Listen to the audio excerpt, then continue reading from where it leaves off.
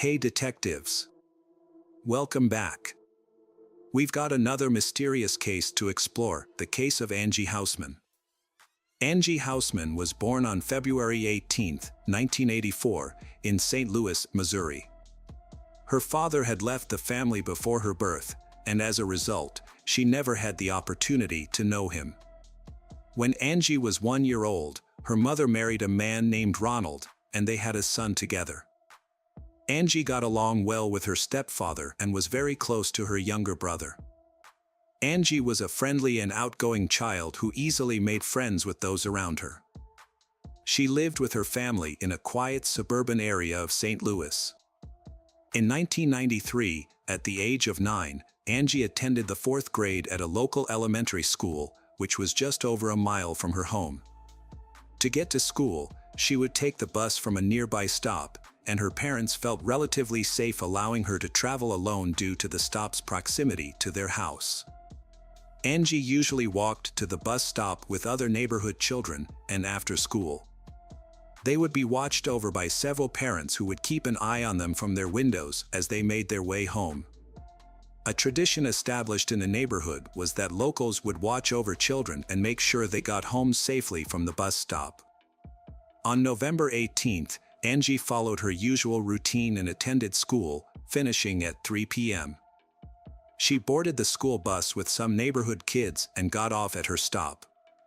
The other kids lived closer to the stop, so they walked ahead, leaving Angie to walk the remaining short distance home alone. However, Angie failed to arrive home, which was unusual. Her parents started to worry about half an hour later. They decided to walk along Angie's usual route from their house to the bus stop to see if they could find her. During their search, they spoke with other kids from Angie's school. They confirmed that she had gotten off the bus with them and was walking toward her home. Her parents also talked to neighbors who usually kept an eye on the kids but were busy that day and didn't see anything.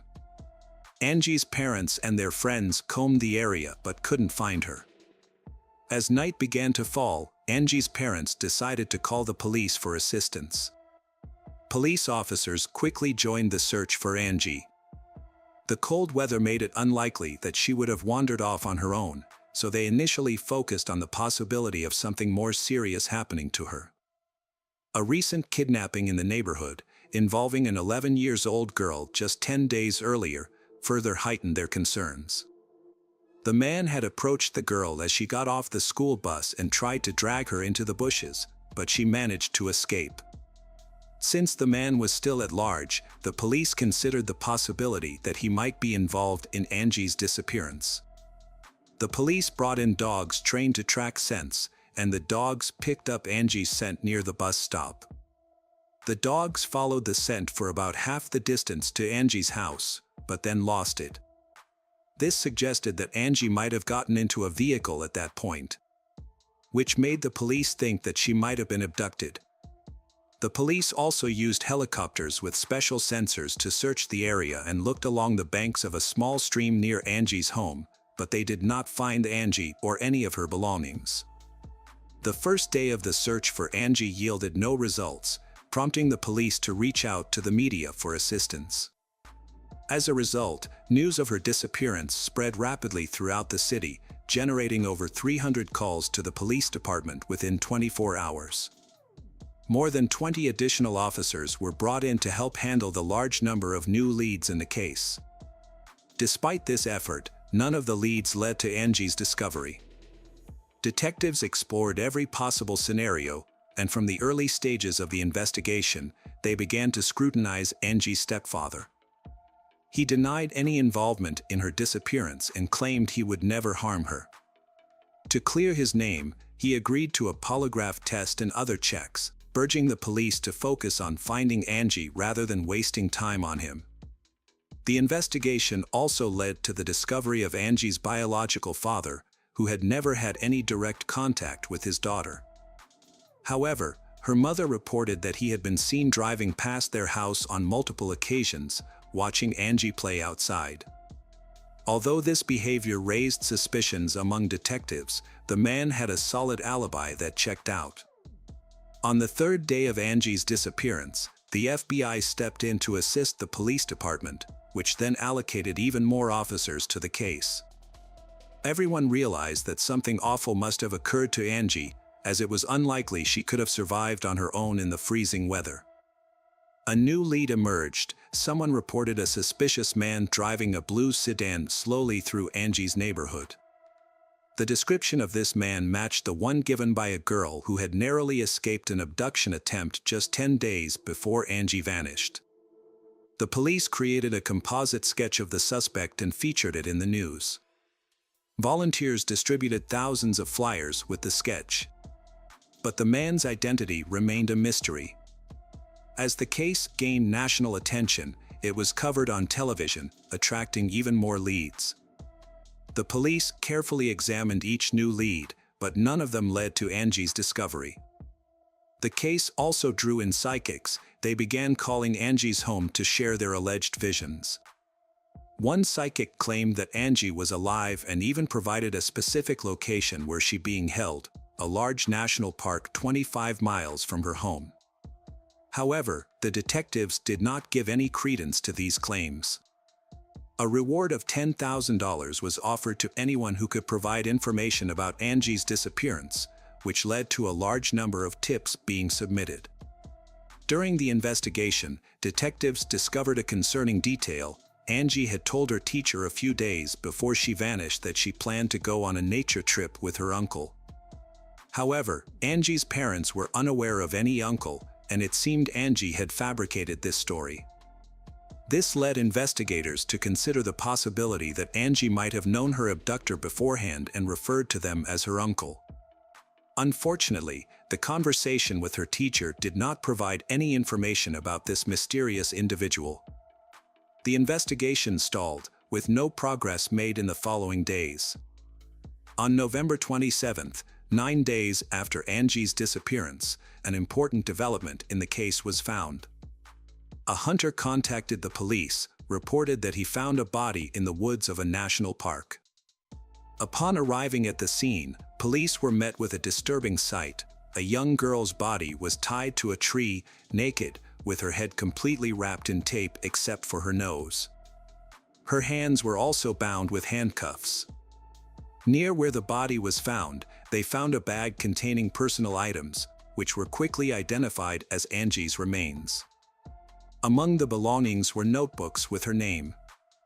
After being transferred to the medical examiner, a detailed examination of the body revealed additional shocking facts. The removal of tape from her head uncovered a piece of underwear lodged in her mouth. The autopsy results indicated that Angie's death had occurred only a few hours before the body was discovered. This suggested she was held captive for 9 days, only to be left to freeze to death at the scene. Experts further determined that Angie suffered numerous injuries and had been sexually assaulted during her ordeal. Forensic analysts carefully inspected every proof collected from the crime scene and identified a fingerprint on the tape used to wrap Angie's head. They cross-referenced this evidence against potential suspects in their database, but unfortunately, this led to no new leads. The discovery of the body accelerated the police investigation, prompting the allocation of additional resources to help solve the case. The community was shocked by the extreme brutality of the crime and was deeply concerned for their children's safety, with many escorting their kids to bus stops and keeping a close watch over them at all times. A few days after Angie's discovery, concerns escalated further. On December 1st, 10-year-old Cassidy went missing from a nearby town, just 10 miles from Angie's home. Cassidy asked her mother for permission to visit friends who lived just a few hundred yards away, but then she disappeared. Cassidy's disappearance sparked an extensive police investigation, and detectives began to suspect the possibility that Cassidy's case might be linked to a serial killer. Although they considered the possibility that the same person was behind both abductions, they lacked concrete evidence to support this theory.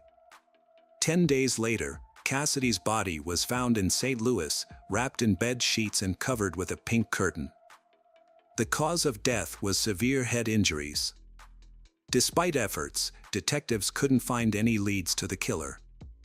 Furthermore, they started questioning whether the same person was responsible for both Angie's and Cassidy's deaths. Detectives suspected they might be dealing with two different killers due to the distinct characteristics of the crimes. Around the same time, they identified a 37-year-old man named Gary as a potential suspect. Gary had previously attempted to abduct a girl just before Angie went missing and regularly traveled to St. Louis for work. The man was initially investigated for potential involvement in the murders of Angie and Cassidy, but he had an alibi for the time of their disappearances. Although he was not connected to these crimes, he did admit to assaulting 4 other girls and was subsequently sentenced to 5 years in prison. In February of the following year, a significant development in the case was revealed when detectives finally found Cassidy's body. Nearby, they found tire tracks that were identified as coming from a pickup truck model frequently used by a prominent car rental company. The distinctive vehicles were easily recognizable due to their vibrant brand logos. With this new information, detectives interviewed residents in Cassidy's neighborhood, asking if anyone had seen one of these pickup trucks. One woman reported seeing a vehicle from the car rental company near her neighbor's house about a week after Cassidy's disappearance. Police found a woman who lived with her husband and brother at the house they were investigating. When questioned, the woman claimed neither she nor her husband, brother had rented the pickup associated with the crime, and they had no involvement in the case. However, detectives were skeptical of her claims and obtained a search warrant for the house. Upon searching the house, investigators found blood traces from the victim, Cassidy, in the basement, along with the murder weapon. Further investigation revealed that the woman's brother, Thomas, was the one who had rented the pickup in question. Initially, Thomas denied any involvement but eventually confessed when confronted with the evidence. According to Thomas's confession, Cassidy had come to his door, wanting to invite his nephews out to play. He invited her into the house and led her to the basement, where he attempted to assault her. When Cassidy screamed, Thomas struck her with a heavy object and then covered her body with bed sheets. After committing the crime, Thomas went to work as usual. Upon returning home, his sister told him that she had discovered the body in the basement. She made it clear that she didn't want to know the details of what happened and insisted that the body be disposed of immediately. Cassidy's body remained in the basement for a week due to ongoing searches, and Thomas was too afraid to move it. Once things had calmed down, he rented a pickup truck and took the body to St. Louis. He hid her body there. Thomas was eventually sentenced to death for his crimes but died in prison several years later due to illness. Despite being questioned about Angie's case, he maintained his innocence, leading detectives to conclude that the crimes were unrelated. The investigation stalled for many months with few leads coming in. Years after Angie's murder, detectives faced another challenge when the reward for information was set to expire, sparking concerns that the public would stop providing tips and assistance in the case.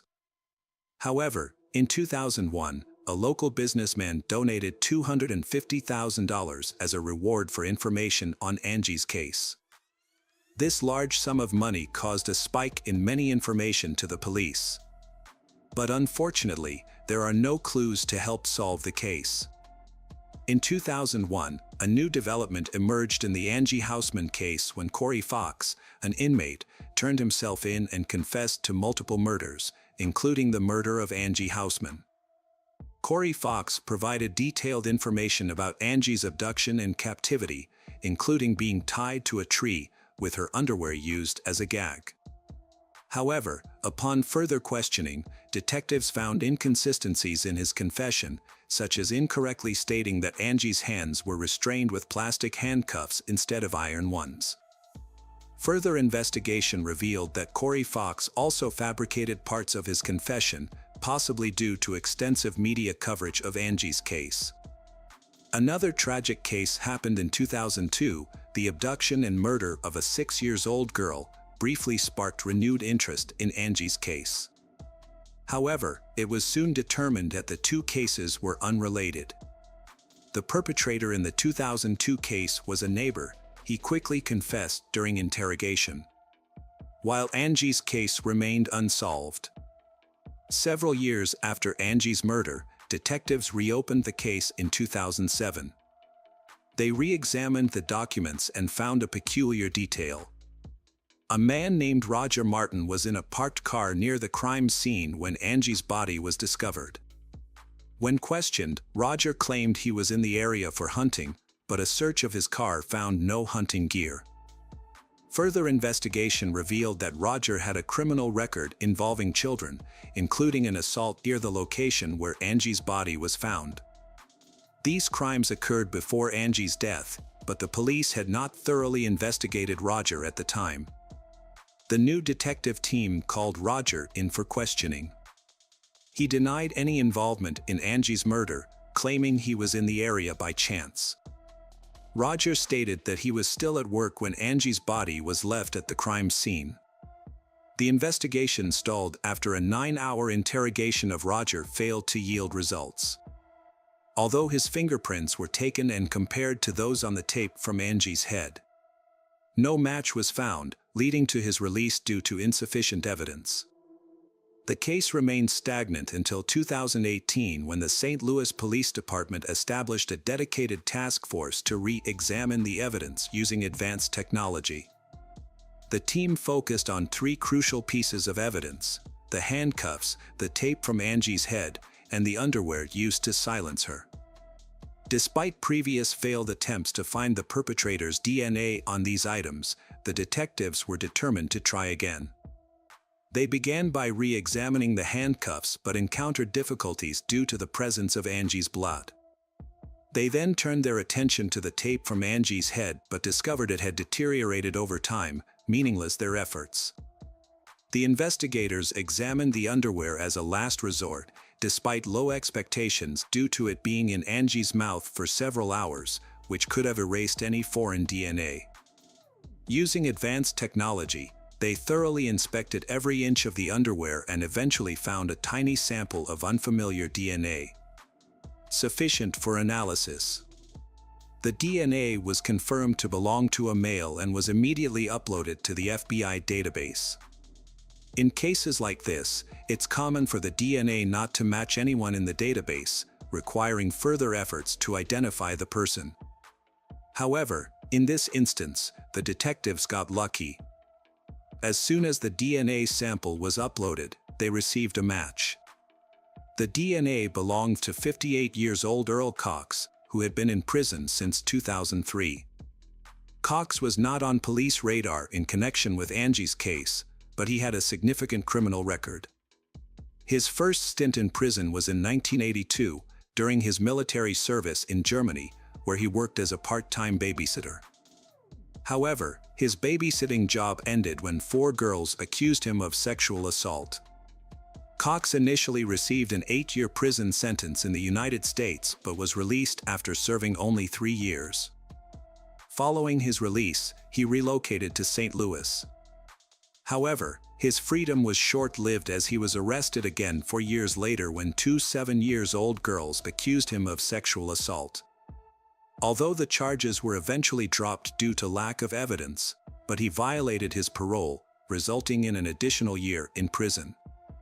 After his release in 1992, Cox moved to St. Louis to live with his relatives. The following year, he allegedly abducted and murdered Angie. In 2002, Cox was arrested again, this time for operating a major online platform where users shared child abuse materials. The FBI had been investigating the platform and caught Cox in a sting operation when he attempted to meet an undercover agent posing as a 14-year-old girl. Cox had planned to make the girl his slave and had sent her money for a bus ticket. However, when he arrived at the meeting place, he was met by armed FBI agents and arrested. A search of his computer revealed over 45,000 images of child abuse, as well as evidence that he was the mastermind behind the online platform. This led to the arrest of 60 more individuals associated with the site, marking one of the largest operations against pedophiles in the country. In 2003, Cox was sentenced to 10 years in prison. However, when his term ended, a judge used a legal loophole to keep him detained, citing him as a serious threat to children. He remained in prison until 2019, when his DNA sample matched the DNA sample from Angie's case. Detectives visited Cox in prison to discuss the match, but he denied any involvement and requested a lawyer. Given the strong DNA evidence against him, the police knew Cox's chances of winning in court were slim. Instead of pursuing a trial, investigators contacted Earl's lawyer with a proposal. In exchange for Cox's confession to Angie's murder, the prosecution would drop the death penalty and seek a life sentence instead. Aware of the strong evidence against him, Cox agreed to the deal. Detectives returned to the prison to hear Cox's account of the events. Although some parts of his story seemed unlikely, the crucial aspect for investigators was his admission to the murder. Cox claimed that on November 18, 1993, he was driving near his mother's and sister's neighborhood when his car broke down in the middle of the road. When he tried to examine the car, a school bus stopped, and several children got off. The children went into their homes, except for one girl, Angie. According to Cox, Angie approached him, and they briefly talked. He noticed she was cold, so he offered her a ride in his car, which she allegedly accepted. Cox then took Angie to Burger King to eat and later brought her to his home, where he claimed to have sexually assaulted her over several days. Eventually, Cox decided to get rid of Angie, taking her to the location where her body would later be found. He tied her to a tree, claiming she was still alive at that moment. Detectives were skeptical about certain parts of Cox's story. Angie was unlikely to get into a car with a stranger, given the short distance to her home. The investigators also questioned the car breakdown in Cox's story. He claimed the car stalled, but it started again when Angie approached. It's more likely that the perpetrator targeted Angie and decided to abduct her. This hypothesis seems more plausible than Cox's account. The detectives got what they needed, a confession to the murder. In August 2020, Cox was sentenced to life in prison without parole. A judge handed down the sentence. Unfortunately, Angie's mother didn't live to see justice served. She died of cancer in 2016. Angie's father, Ronald, told reporters that Cox was responsible for his wife's death and should have been tried for 2 murders. A woman's life was forever changed after the loss of her daughter. She lost all interest in life and eventually passed away. Cox's story, however, took a different turn. The prosecutor reopened a case involving the sexual abuse of 2 7-year-old girls, for which Cox had previously received a lenient sentence of 1 year in prison for violating his parole. The police reached out to one of Cox's victims, now an adult, and asked her to testify against him.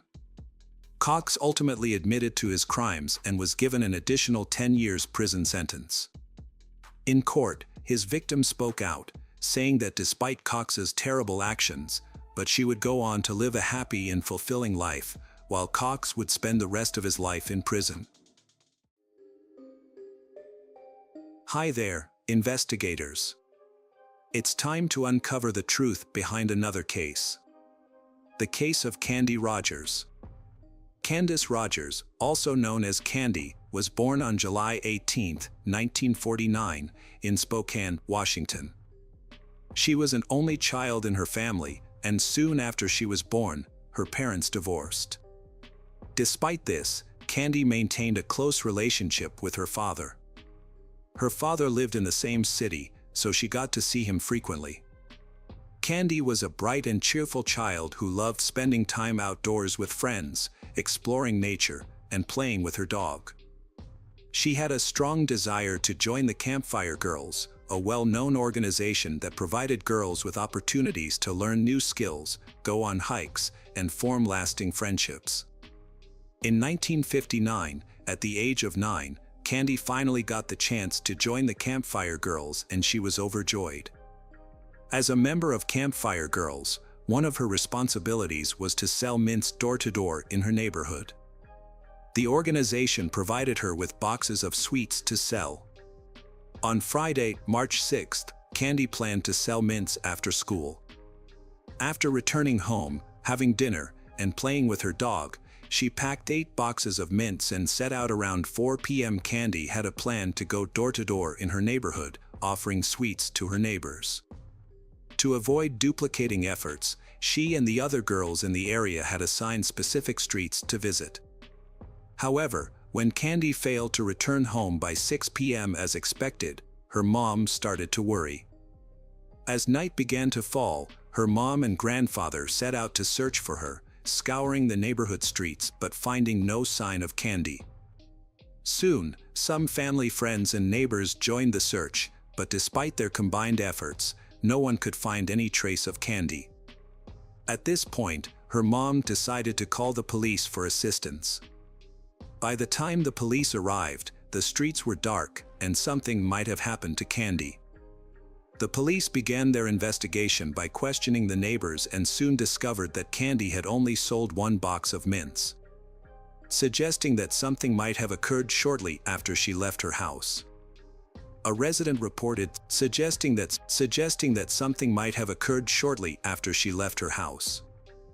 A resident reported seeing a girl matching Candy's description on a nearby street around 6:30 p.m. This was unusual, as Candy's mother had already begun searching for her by that time. Candy's grandfather had a strange experience as well, which occurred when he searched for her on the very same street.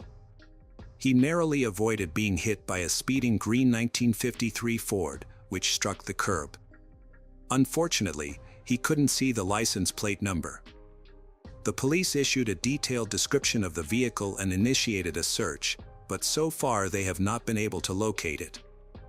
Later, around 9 p.m., several mint boxes were found scattered along the road near a bridge.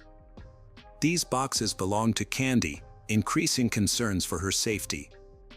The police focused their search in this area, thoroughly searching both riverbanks and a small wooded area on either side. Despite an all-night search, Candy was not found. By morning, news of her disappearance had spread through local newspapers. And soon the case was being covered by statewide media. In 1959, child disappearances near their homes were unusual because it happened extremely rarely. The townspeople were extremely worried about this. To resolve this alarming situation, police have stepped up search work. They added mounted police, all-terrain vehicles and helicopters and military personnel to thoroughly search the area. In addition, over 1,000 volunteers joined in the massive search from both local areas and nearby cities. It became one of the most extensive search operations at the time.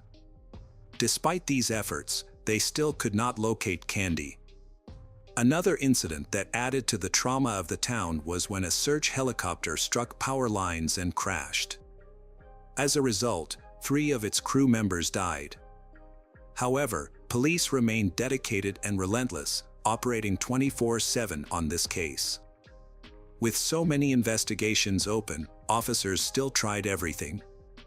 Throughout the case, nearly 750 initial leads turned up. Officers closely inspected every detail.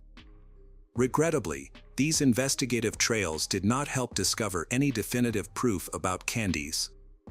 2 weeks after Candy's disappearance, 2 military personnel from a local base went on a hunting trip in the woods west of Spokane.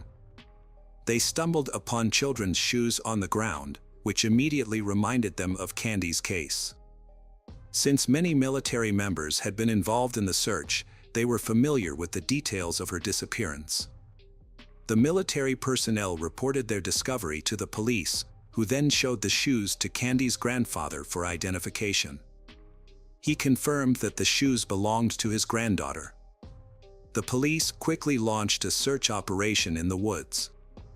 Within minutes, an officer spotted a foot protruding from the bushes and discovered Candy's body. She was found lying in the underbrush, covered with pine branches.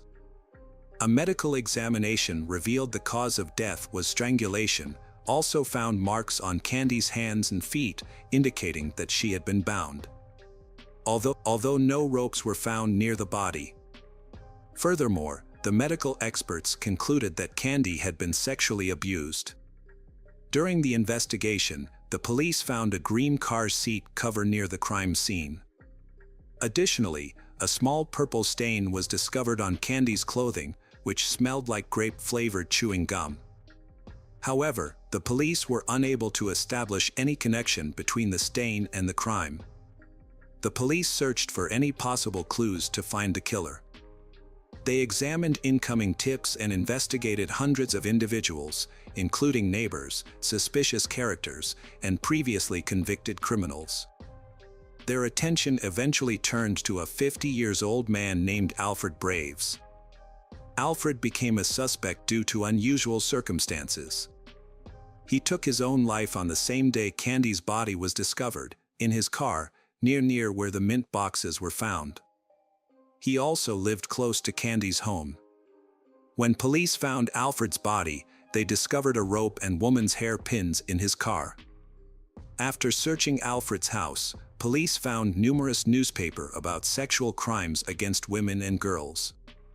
They also learned that several women had accused him of harassment, and his wife suspected him of Candy's murder. However, investigators were unable to find any evidence directly linking Alfred to Candy's murder. Despite their reluctance, detectives had to eliminate him from the suspect list, as they did not have enough evidence to prove his guilt. As a result, they began investigating other suspects. Several months after the murder, the police had compiled an extensive list of suspects, but despite their diligent efforts, the investigation has made no new progress. Later, the investigators turned their attention to a new suspect, a serial killer named Hugh Morse. Hugh was arrested in 1961 for a string of crimes, and two factors made him a person of interest in Candy's case. Firstly, he was known for constantly chewing grape-flavored gum, which was similar to a substance found on Candy's clothing. Additionally, Hugh had killed 2 women in Spokane just a few months after Candy's death. Hugh's history of violence was also a concern. His first arrest was for assaulting a woman, but he received no serious consequences, merely being discharged from the army, where he was serving at the time. Hugh committed a string of robberies in Los Angeles, but only served 6 months in jail. After his release, he lured 2 8-year-old girls to a secluded area with the promise of ice cream and then sexually assaulted them. Despite being arrested again, he managed to avoid prison time. A medical commission evaluated him and deemed him a sexual psychopath, leading to his placement in a mental health facility. 2 years later, doctors believed he was cured and released him from the facility. Hugh then moved to Spokane, where he began spying on women through their windows. In November 1959, Hugh broke into the home of a 28-year-old woman, assaulted her, and ultimately killed her. 10 months later, he entered the residence of a 69-year-old woman and repeated the same violent actions. A month after that, he attacked another woman, stabbing her multiple times, but she survived the assault. Hugh continued to travel from city to city, committing numerous crimes, including attacking women and girls with a knife, sexually assaulting them, and killing 2 more victims. His crimes eventually caught the attention of the FBI, and he was added to the list of the country's 10 most wanted criminals. He was eventually captured and sentenced to multiple life terms in prison. While serving his sentence, Hugh attempted to take his own life, but was saved by the prison guards and continued to serve out his sentence. Detectives investigating Candy's case visited him in prison multiple times, but he consistently denied any involvement in the crime. A polygraph test was also administered, which suggested he was telling the truth. However, lie detector test results are not considered reliable because their accuracy is only relative. Despite the lack of evidence, but investigators initially considered Hugh a primary suspect. Due to his background and the fact that he lived in Spokane at the time of the murder. However, He continued to deny any involvement, and police were unable to find any evidence to prove his involvement in the crime. The investigation then shifted focus to another suspect, 49-year-old Howard Barnett. He was arrested in February 1960 on suspicion of molesting a minor girl. Before taking his own life in his cell at the Spokane police station, Barnett wrote a cryptic message in his own blood on the wall, stating, "I have a sin before the Lord." Detectives then began investigating Barnett's potential involvement in the crime, but they were once again unable to find any evidence of his guilt. Howard remained a primary suspect in the case due to his proximity to Candy's residence. Despite years of investigation, police continued to follow new leads and examine other potential suspects. A woman eventually came forward claiming to have seen a green car following Candy on the day she disappeared. Police refocused on locating the vehicle, but this lead ultimately yielded no results. It was notable that the woman waited many years to share this information. The case was reopened at various times, but each time investigators reached a dead end. Throughout the investigation, police not only had to pursue new leads but also had to verify the validity of confessions. 13 people gave false confessions to the crime. However, none of them were able to provide specific details that only the actual killer would have known. Instead, they often repeated details previously reported in the media. High-profile cases often exhibit unexpected and surprising behaviors, such as false confessions. In the case of Candy's murder, numerous detectives worked on the case over time, but none were able to solve it. This crime stood out as one of the most prominent and mysterious in the city and state.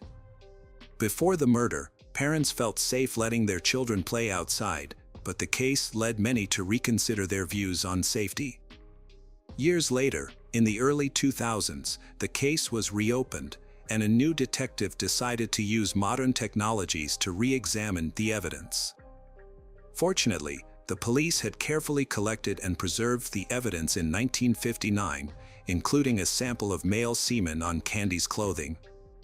Despite being stored for decades, experts were able to re-examine the sample, although it extremely challenging due to its age.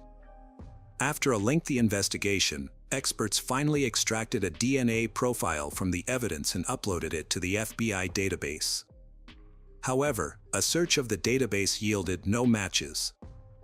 Further cross-examination of the profile with numerous suspect samples also proved unsuccessful. For many years, suspicion fell on Hugh Morse, but forensic evidence revealed no link between him and the crime. This lack of progress brought the investigation to a halt once again. Although the police had the killer's DNA, they struggled to identify the perpetrator. In 2021, a new detective reopened the case and decided to employ a new approach: genetic genealogy. This innovative method had already solved numerous cold cases and offered hope for finally resolving the standing mystery surrounding Candy's murder. The detective reached out to multiple labs that specialized in this type of analysis but was met with disappointment once again. To use this method, experts needed the original DNA sample, which was a challenge. Several labs attempted to work with the semen sample, but each concluded that it had degraded too much, making it impossible to extract the necessary information. The detective then consulted the final lab, which led to a long-awaited important discovery. With the help of state-of-the-art tools, the experts were able to successfully analyze the sample and obtain the perpetrator's DNA profile. This profile is then uploaded to a genealogy database to begin searching for the DNA owner's relatives. After a thorough investigation involving thousands of individuals, researchers pinpointed one family as the likely source of the DNA sample. They discovered that the DNA probably belonged to one of 3 brothers, all of whom had passed away. However, the team found that one brother had a daughter, and the police reached out to her for assistance. The daughter was shocked by the possibility that her father might be the killer, but she immediately agreed to help. She provided a DNA sample, proving that she was closely related to the person whose semen was found on Candy's clothing. With this new information, detectives obtained a court order to exhume her father's remains. A DNA profile extracted from the remains revealed a complete match with the DNA found on Candy's clothing, identifying the killer as John Hoff, 62 years after the crime. Hoff had never been a suspect despite hundreds of others being investigated over the years. Detectives investigating Hoff's biography uncovered his involvement in multiple crimes. At the time of Candy's murder, Hoff was 20 years old and lived close to her house, less than a mile away. He was also a soldier in the army, stationed at a nearby base where Candy's body was found. 2 years after the murder, Hoff attacked another woman, binding and sexually assaulting her before attempting to kill her. However, the woman survived the attack. Following his arrest, Hoff received a 6-month prison sentence and was dishonorably discharged from the army. After his release, Hoff started a family, having 2 sons and 2 daughters, and he living an ordinary life. He changed jobs several times and at one point, suffered a severe chemical burn to his face while working at a food packaging plant, leaving a scar to his face. Hoff's life ended in June 1970, 11 years after Candy's murder, when he took his own life without leaving a note. Further investigation revealed that Candy might have known Hoff, as she was friends with his 10-year-old sister at the time. Years later, Hoff's sister told detectives that she had cried in Hoff's arms after Candy's murder, unaware that he was the one responsible for Candy's death. Candy's parents did not live to see the day when the killer's identity was revealed.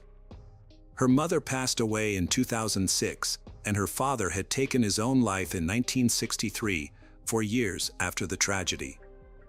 The reason behind his death remains a mystery. There is speculation that he was unable to cope with the loss of his daughter. Despite this, the case was eventually solved, marking one of the longest investigations in history, spanning over 62 years and involving multiple detectives across different generations. At the press conference, where the killer's name was announced, only one officer who had worked on the case in 1959 was present. He expressed gratitude for having lived long enough to learn the truth. Hoff's daughter initially struggled to accept that her father had committed such a horrific crime. However, she eventually came to terms with the fact, referring to her father as a monster who took an innocent life. She expressed regret that he was not held accountable during his lifetime. A chilling coincidence is that Hoff took his own life when his daughter was 9 years old, the same age as Candy was when she was killed. Welcome back, detectives. Let's dive into another horrible case. The case of Victoria Nazirova. Olga Tsvyk, a 35-year-old Ukrainian immigrant eyelash artist, reported a robbery at her home. The incident occurred on September 2, 2016. Olga Tsvyk called the police after discovering that several valuables had been stolen from her bedroom. When the police arrived at the scene, Olga Tsvyk explained that she had gone to the hospital earlier due to severe dizziness and nausea. To investigate the circumstances surrounding the incident, the police conducted a detailed interview with Olga Tsvyk. During the interview, she recalled a recent unpleasant encounter with a client named Victoria Narova, who had come to her home to request urgent eyelash extensions. When Victoria came to Olga Tsvyk's home to request urgent eyelash extensions, Olga Tsvyk told Victoria that she only did eyelash extensions in the salon and did not take clients at home. However, explaining to Victoria was useless, and Olga Tsvyk had to agree to take her in. During the investigation, it was discovered that Victoria had come to Olga Tsvyk's apartment, bringing 3 slices of cheesecake from a famous local bakery. Victoria enjoyed 2 slices and insisted that Olga Tsvyk eat the 3rd slice. After drinking tea and eating the cheesecake, Olga Tsvyk began to feel unwell. After Victoria left, Olga Tsvyk suffered from severe nausea, eventually passing out for about 30 minutes. After regaining consciousness, Olga Tsvyk called an ambulance and was taken to the hospital by ambulance.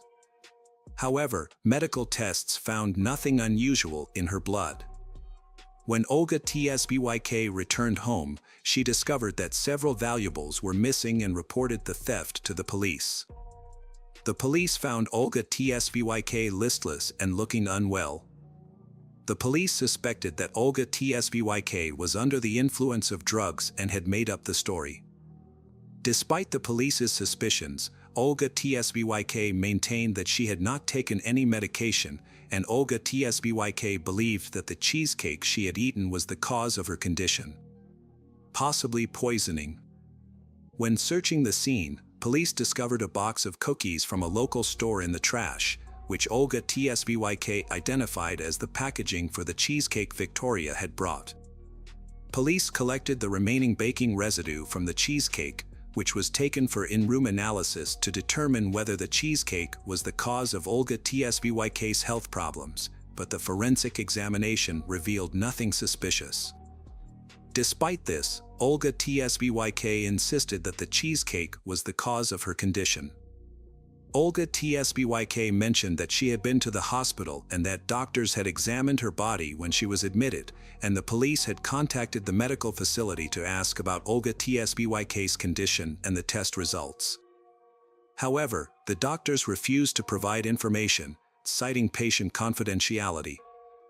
The police considered this a reason not to believe Olga Tsvyk. The customer that Olga Tsvyk had told them about could not be found, so the case was adjourned.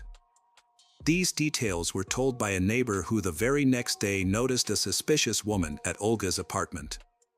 This woman came and went several times, hanging around the beauty master's apartment until she came face to face with her neighbor.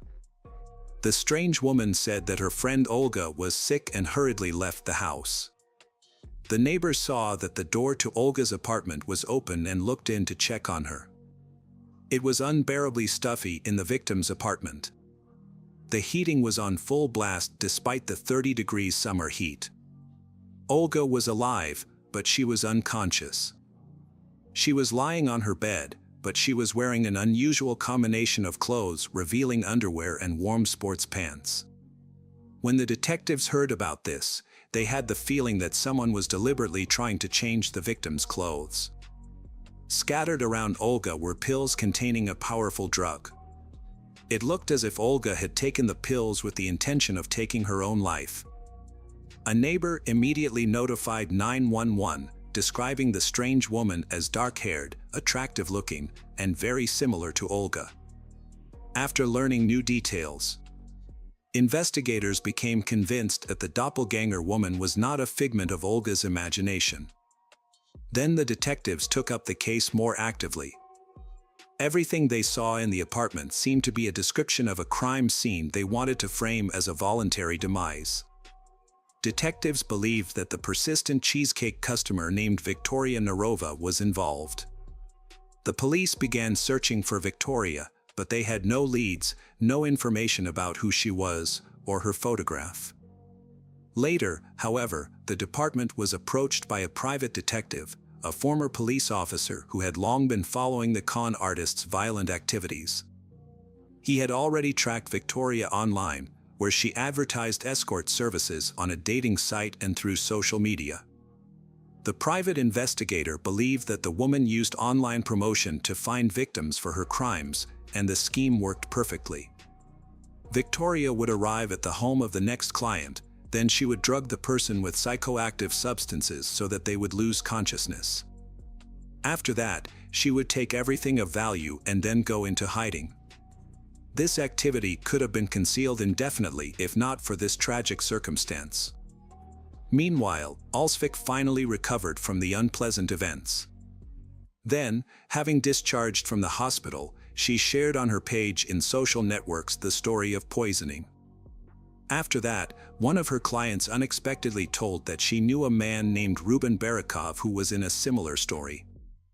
Ruben was the owner of a dry cleaner, and the man met Victoria Nazirova on a Russian dating site about a couple of months before Olga's cheesecake poisoning. The new acquaintance invited Ruben to her home and boasted that she was a very good cook.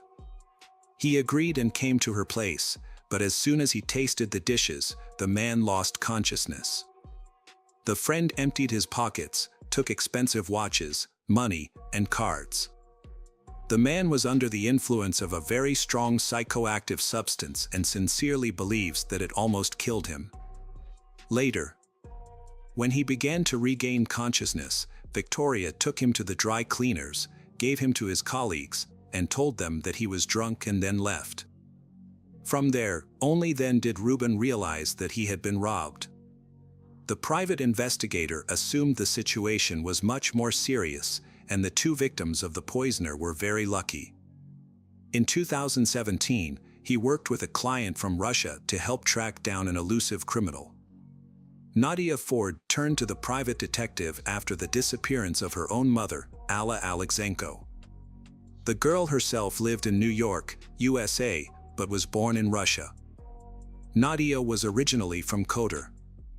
Her mother, Alla Enko, single-handedly brought up her daughter and son, and she had a hard time. She worked 5 jobs to provide for her children. Nadia dreamed of living in the USA since childhood, and her dream came true when the girl came to study in America in 2007. There, she met a guy whom she married and took his surname, Ford. But the marriage did not work out, and the spouse is divorced. Nadia stayed to live in the United States and successfully settled there. She maintained close relations with her mother, who at that time was left alone. Years later, Alla Alexenko went missing in Russia, and Nadia hired a private investigator to find her mother, Alla Alexenko, in 2017. In an effort to find her, Nadia hired a private investigator, who discovered that Victoria had rented a car on the day her mother went missing. The investigator looked into the car's information and found surveillance footage from October 5, 2014. The footage showed the car driving on the highway with 2 people inside, the driver, Victoria, and a motionless woman in the front passenger seat who looked like the missing 54-year-old Alla Alexenko. Nadia believed that the woman in the footage was her mother. Nadia went to the police, who verified that Victoria had indeed rented the car. As a result, the police summoned Victoria for questioning. During an interview with Victoria, she revealed that she had indeed driven the rental car involved on October 5, but said she was alone. Victoria agreed to take a lie detector test. Victoria was released pending the results, but later it turned out that Victoria failed a lie detector test and became the prime suspect in the case. Before the police could arrest her, Victoria took advantage of the opportunity, quickly fleeing the country on the first available flight. Meanwhile, the police expanded the search for the missing Alla Alexenko. Nadia actively participated in the investigation for 6 months, holding out hope that her mother was still alive. During the investigation, the police followed the route of the rented car, which led them to a forest near Victoria's hometown of Armavir. Upon reaching the forest, the police discovered a body about 3 hours away from Alla Alexenko's residence. The body was so badly burned that it was unrecognizable. Nadia identified her mother's body by her teeth. Despite a thorough investigation, the cause of Alla Alexenko's death has not been found. The police issued an arrest warrant for Victoria Nazirova and sent it to Interpol. However, Victoria escaped for a long time. Nadia returned to the United States after attending her mother's funeral in Kotor. For a long time, Nadia struggled to overcome the pain of losing her loved one. Finally, Nadia regained her health and vowed to her mother that she would pursue justice and hold the killer responsible for her mother's death accountable. One day, while surfing the internet, Nadia came across a post on social media. Victoria Nazirova, the prime suspect in her mother's death, was living a lavish life in Mexico, seemingly unconcerned about her wanted status. Nadia informed the U.S. police about Victoria's whereabouts and the police began an investigation. Nadia then hired a top U.S. private investigator to speed up the investigation. A wealthy friend of Nadia's paid for the detective services, as Nadia could not afford them.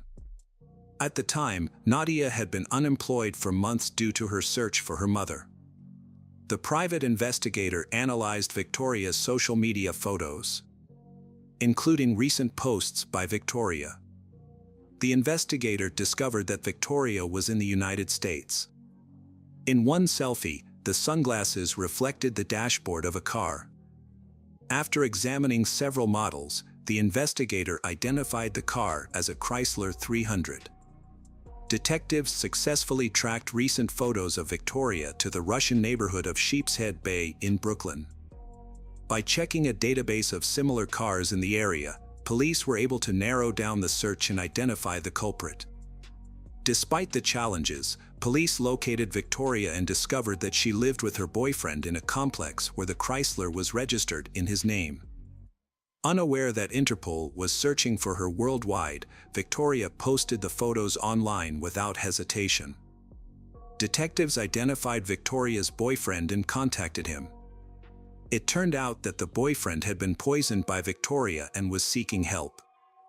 Furthermore, Victoria had poisoned her boyfriend's beagle, causing the dog to die.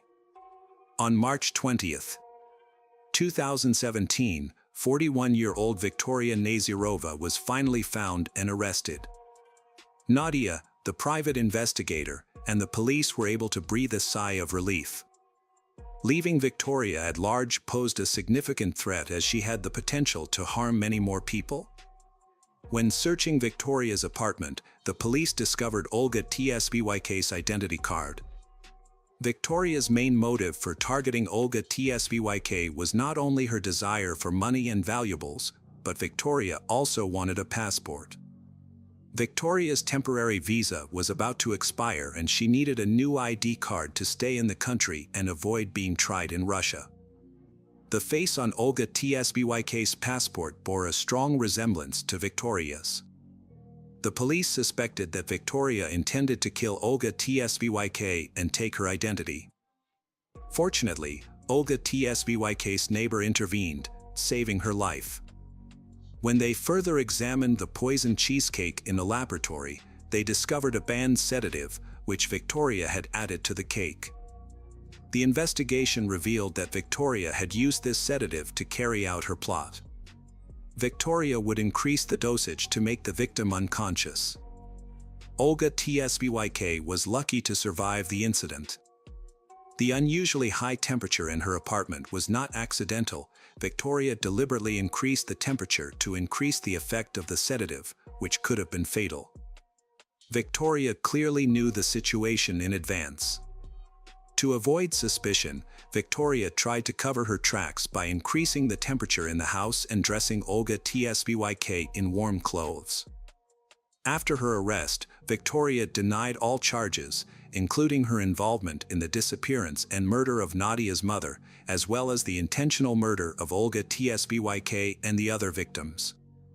Police said Victoria was a suspect in the theft of 2 fur coats in May 2016, but the case was never solved. After several other incidents, it emerged that Victoria had been involved in the thefts, meeting men online, going to their homes, giving them drugs and stealing from them. Most of the men did not go to the police for fear of publicity, and Victoria escaped conviction. The trial was postponed for about 6 years due to the pandemic and the lengthy preparation of the case file. The case finally went to trial in January 2023, attracting media and public attention. Throughout the trial, Victoria remained silent. The court was forbidden from going into details about Alla Alexenko's death because the crime was committed in another country. Victoria's defense attorney said that there was no direct evidence or testimony linking Victoria to the crime, specifically the poisoning of the cheesecake and forcing Olga Tsbyk to eat it. According to Olga Tsbyk's testimony, Victoria brought 3 pieces of cheesecake to Olga Tsbyk's apartment, ate 2 in front of Olga Tsbyk, and then Olga Tsbyk ate the 3rd piece without hesitation. The prosecution argued that it was not an accident and that Victoria had deliberately added the drug to only 1 slice of the cake, knowing which one it was, and tricked Olga Tsbyk by eating the other 2 slices. After a thorough review of the case, the jury found Victoria Nazirova guilty of second-degree intentional homicide. Although the maximum sentence for this crime was 25 years in prison, the judge reduced the sentence to 21 years. However, by law, Victoria would be eligible for parole after 15 years in prison. Victoria Nazirova had been a sophisticated and stylish woman, but her life changed completely when she was sentenced to prison. The harsh realities of prison life took their toll on Victoria, with inadequate and poor nutrition. A fight in prison left Victoria severely injured, almost losing her sight. Victoria took the prison to court, filing a lawsuit against the prison for negligence on the part of the guards who failed to assist during the violent incident. The case was eventually settled out of court, with Victoria receiving $325,000 in damages. In an interview from prison, Victoria maintained her innocence, denying the charges related to the crimes she committed. Victoria will serve the remainder of her sentence in a U.S. prison before being deported to Russia, where she will stand trial for her alleged involvement in the murder of Alla Alexenko. Alla Alexenko's daughter Nadia has expressed relief that Victoria is facing justice for her actions and will no longer be able to escape punishment. Hello friends, welcome to our channel.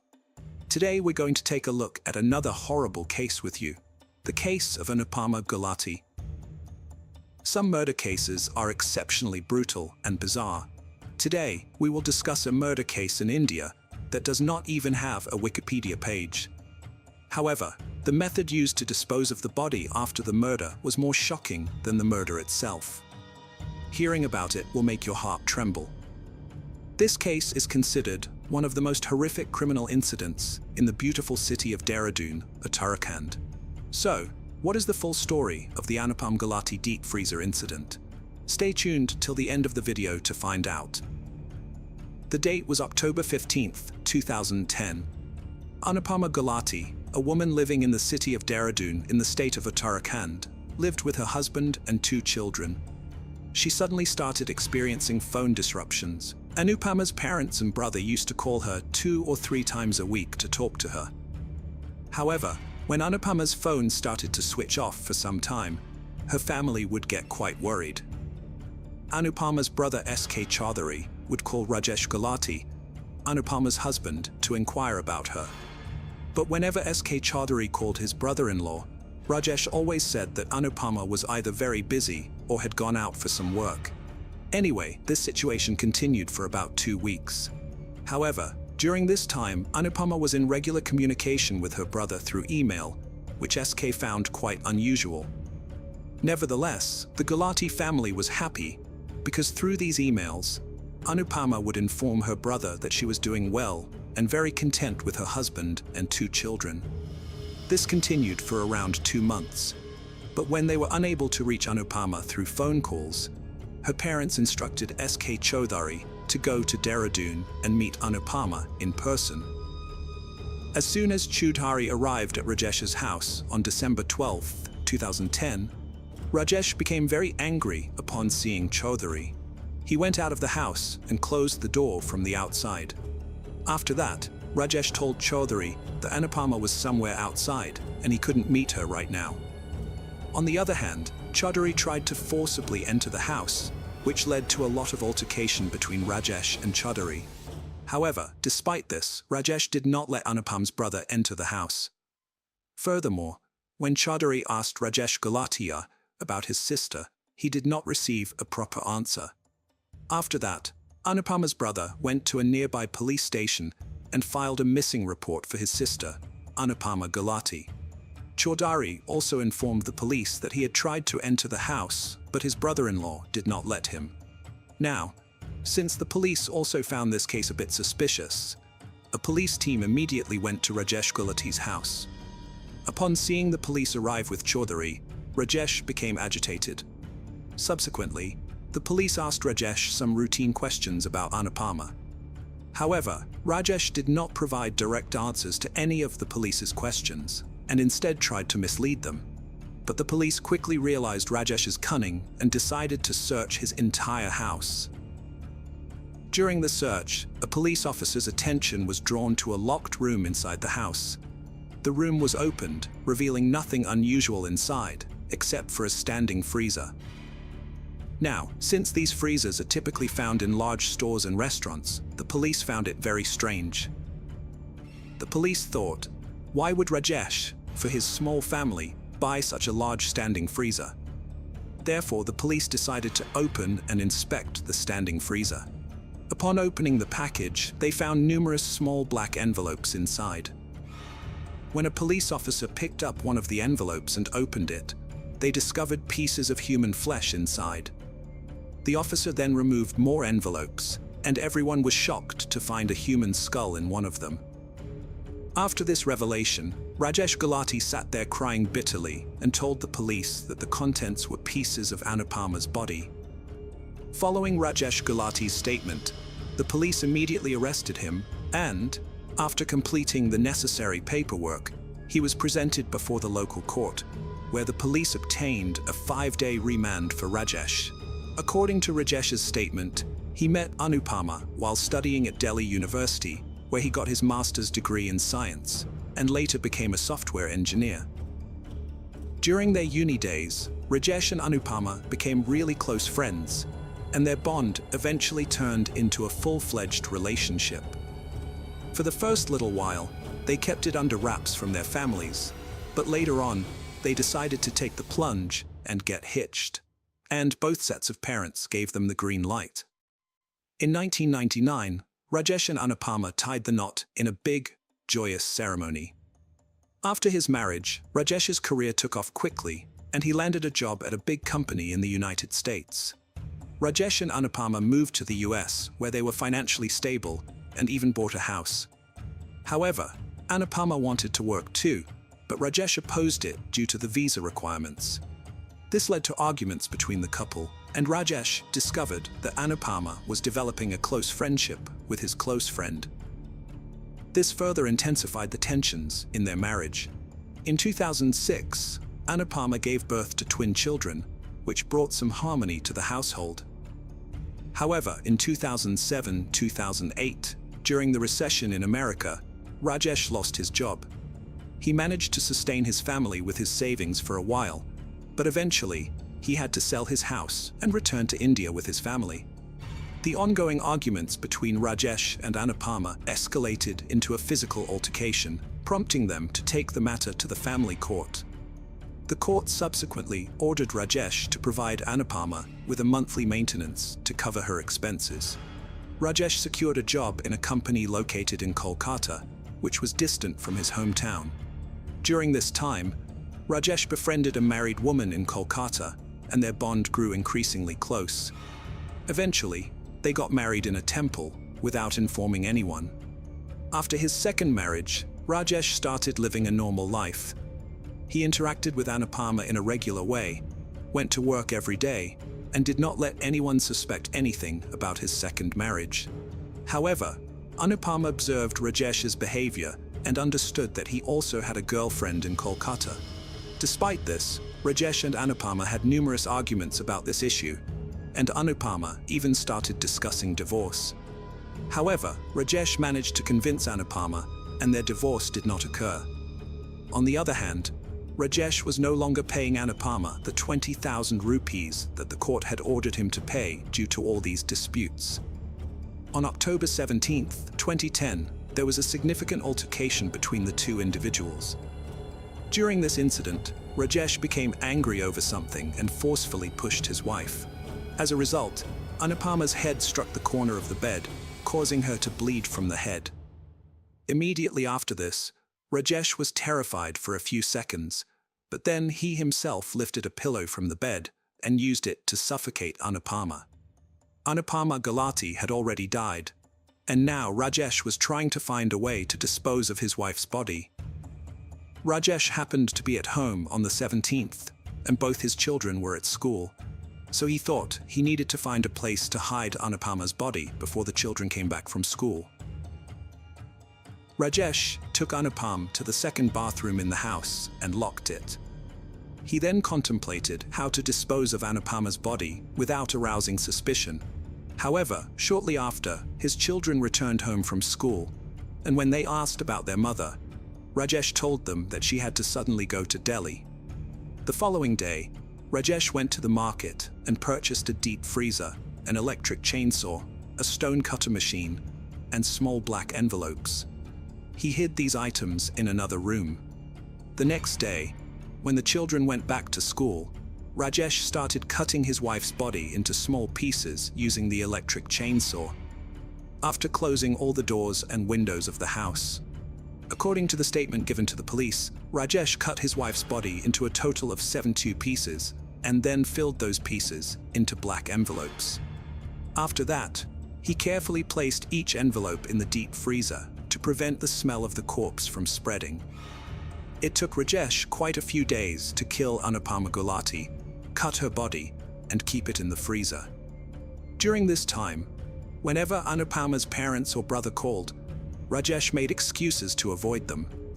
He also came up with excuses for their neighbors who inquired about Anupama, and he had already convinced both children that their mother had gone to Delhi.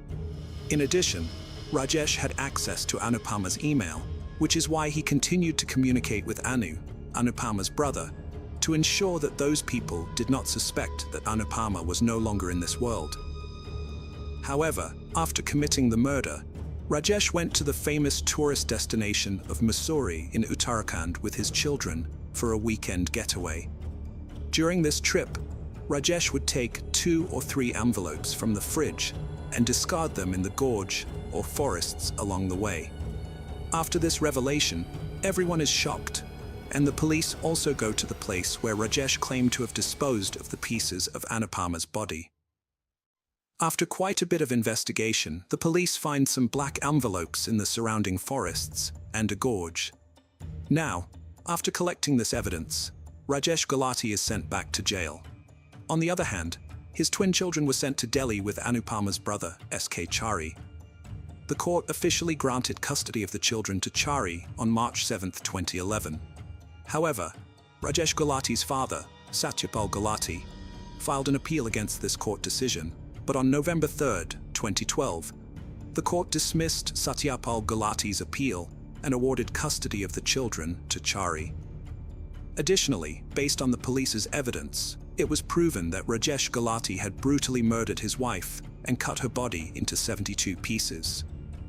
After a lengthy trial lasting 7 years, on September 1, 2017, Rajesh Gulati was sentenced to life imprisonment and a fine of 1.5 million rupees for the murder.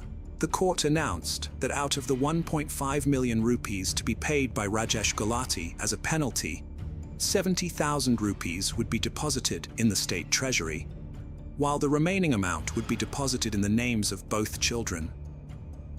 They will have the right to that money only after they reach adulthood.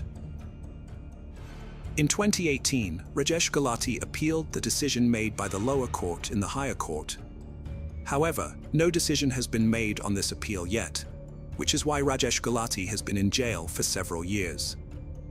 During the police interrogation, Rajesh Gulati revealed that he has a daughter from his second marriage in Kolkata. This revelation sheds light on why Rajesh had an altercation with his wife Anupama and stopped providing her financial support. This was a highly violent case that made him famous in India. Hello friends, welcome to our channel. Today we're going to take a look at another horrible case with you. The heartbreaking case of Heather Elvis. Heather Elvis was born on June 30, 1993, in Horry County, South Carolina, to Terry and Debbie Elvis. She was described as a determined, vibrant, and free-spirited individual with a big personality. Heather enjoyed doing makeup and aspired to pursue it as a career. She was a talented, cheerful, and seemingly happy 20-year-old girl. Heather was very artistic and often shared her thoughts and interests on social media. She was known to be somewhat rebellious, living her life the way she wanted, without caring much about what others thought of her. After graduating from St. James High School in Murrells Inlet in 2011, and eager to experience her independence, her parents allowed her to move into an apartment in Myrtle Beach with her best friend Brianna. To support herself while studying cosmetology, Heather had 2 part-time jobs, one at the House of Blues in North Myrtle Beach, and the other at a Scottish-themed restaurant called the Tilted Kilt in Myrtle Beach. She had a good job, great friends, and a tight-knit family, and everything in her life seemed to be on track. However, like every 20-year-old girl, she had secrets and things that her family did not know about, and would not find out about until it was too late.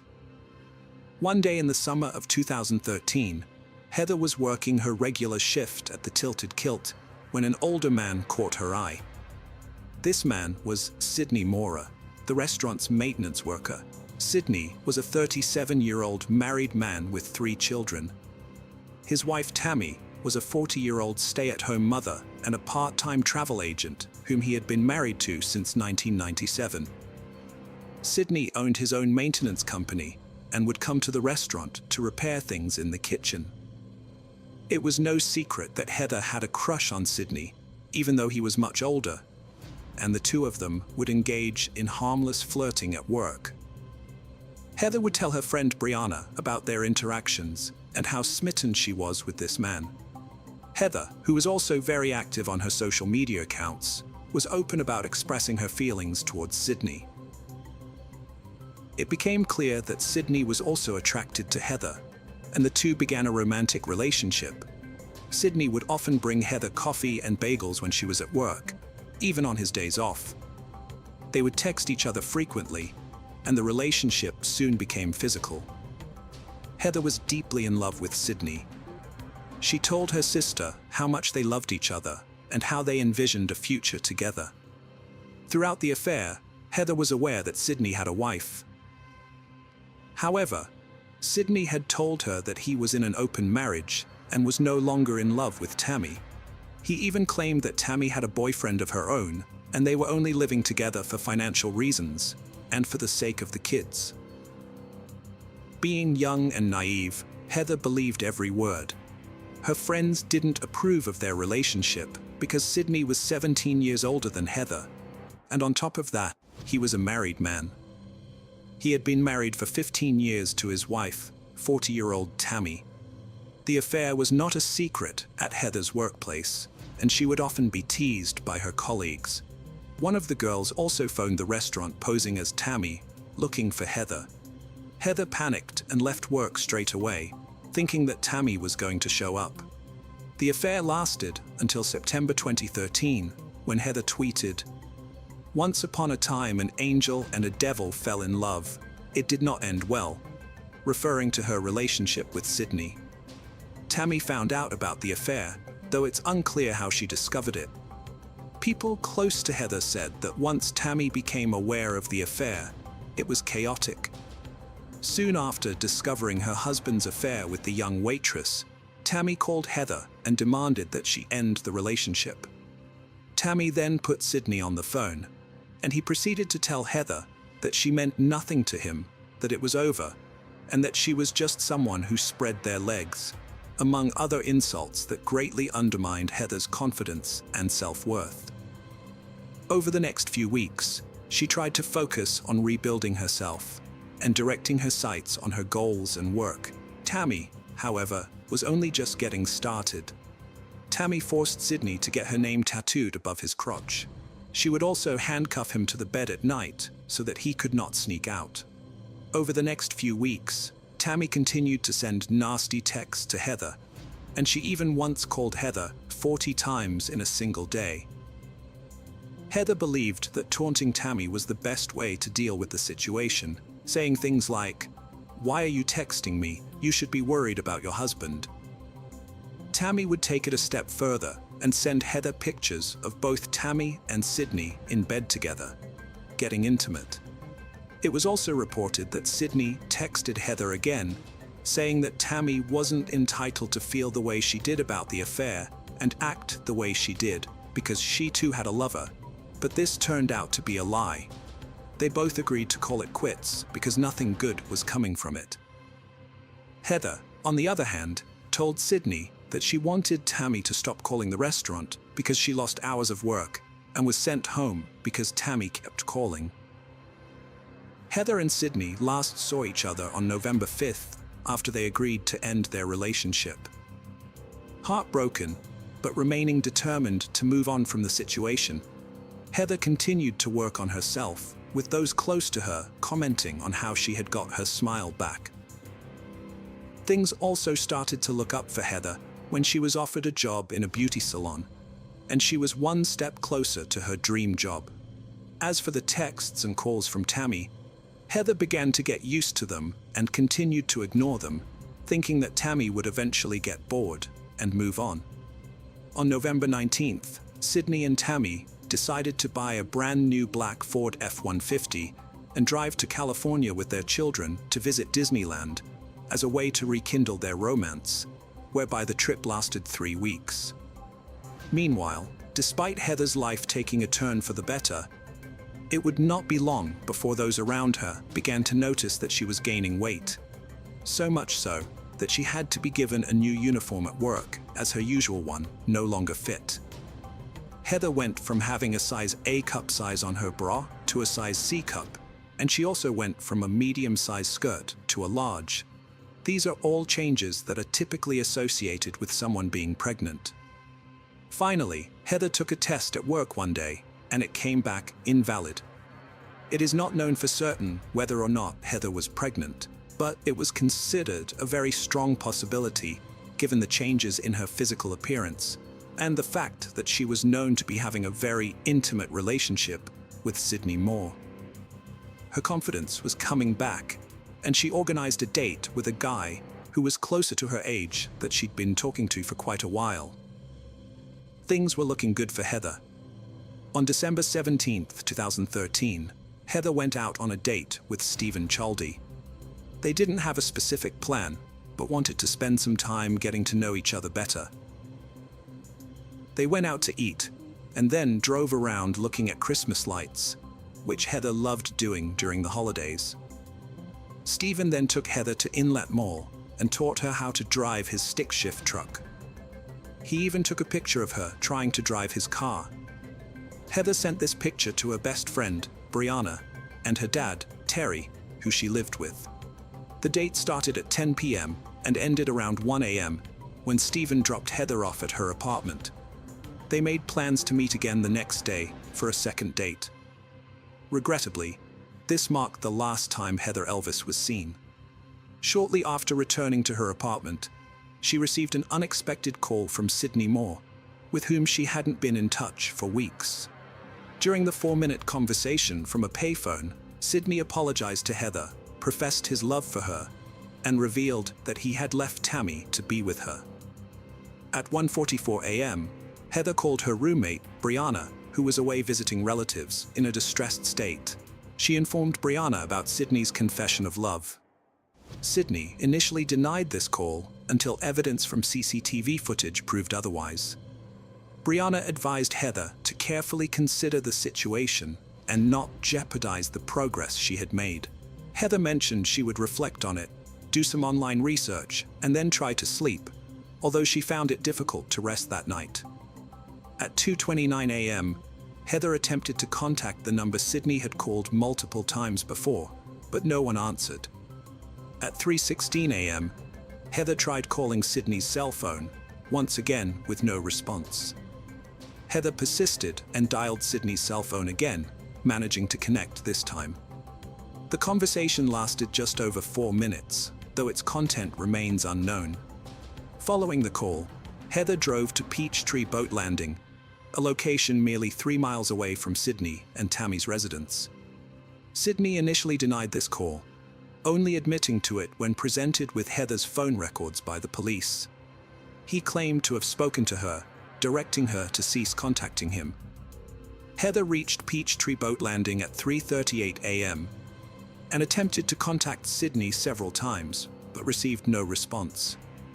2 CCTV cameras recorded a vehicle resembling Sydney and Tammy's, moving from their residence towards Peachtree Boat Landing the next evening. Heather's green Dodge Intrepid was discovered parked at Peachtree Landing on the Waccamaw River by a local officer.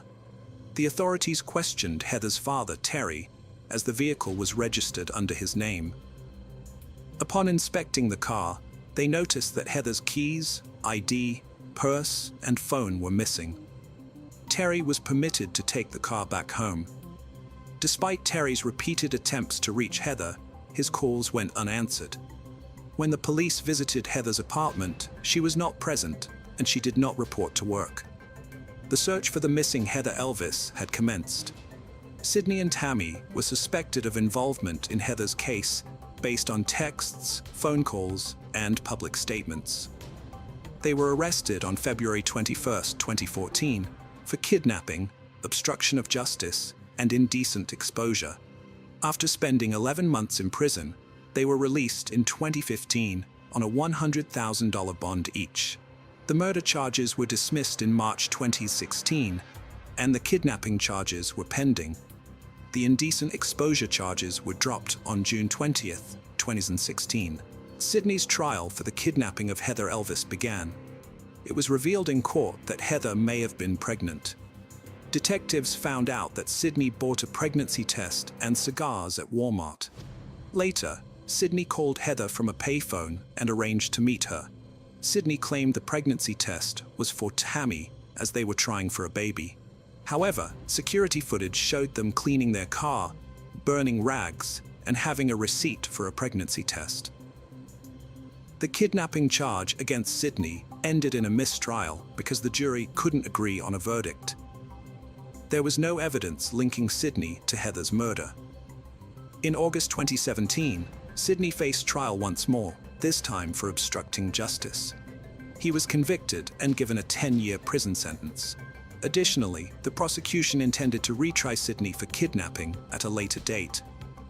In October 2018, Tammy was put on trial for kidnapping and conspiracy, 5 years after Heather's disappearance. It was revealed during the trial that Tammy was angry about her husband's affair with Heather, especially when rumors suggested that Heather might have been pregnant in December 2013. A family friend, Donald DeMarino, testified that he saw an image of Heather on Tammy's phone at a family gathering after Heather disappeared.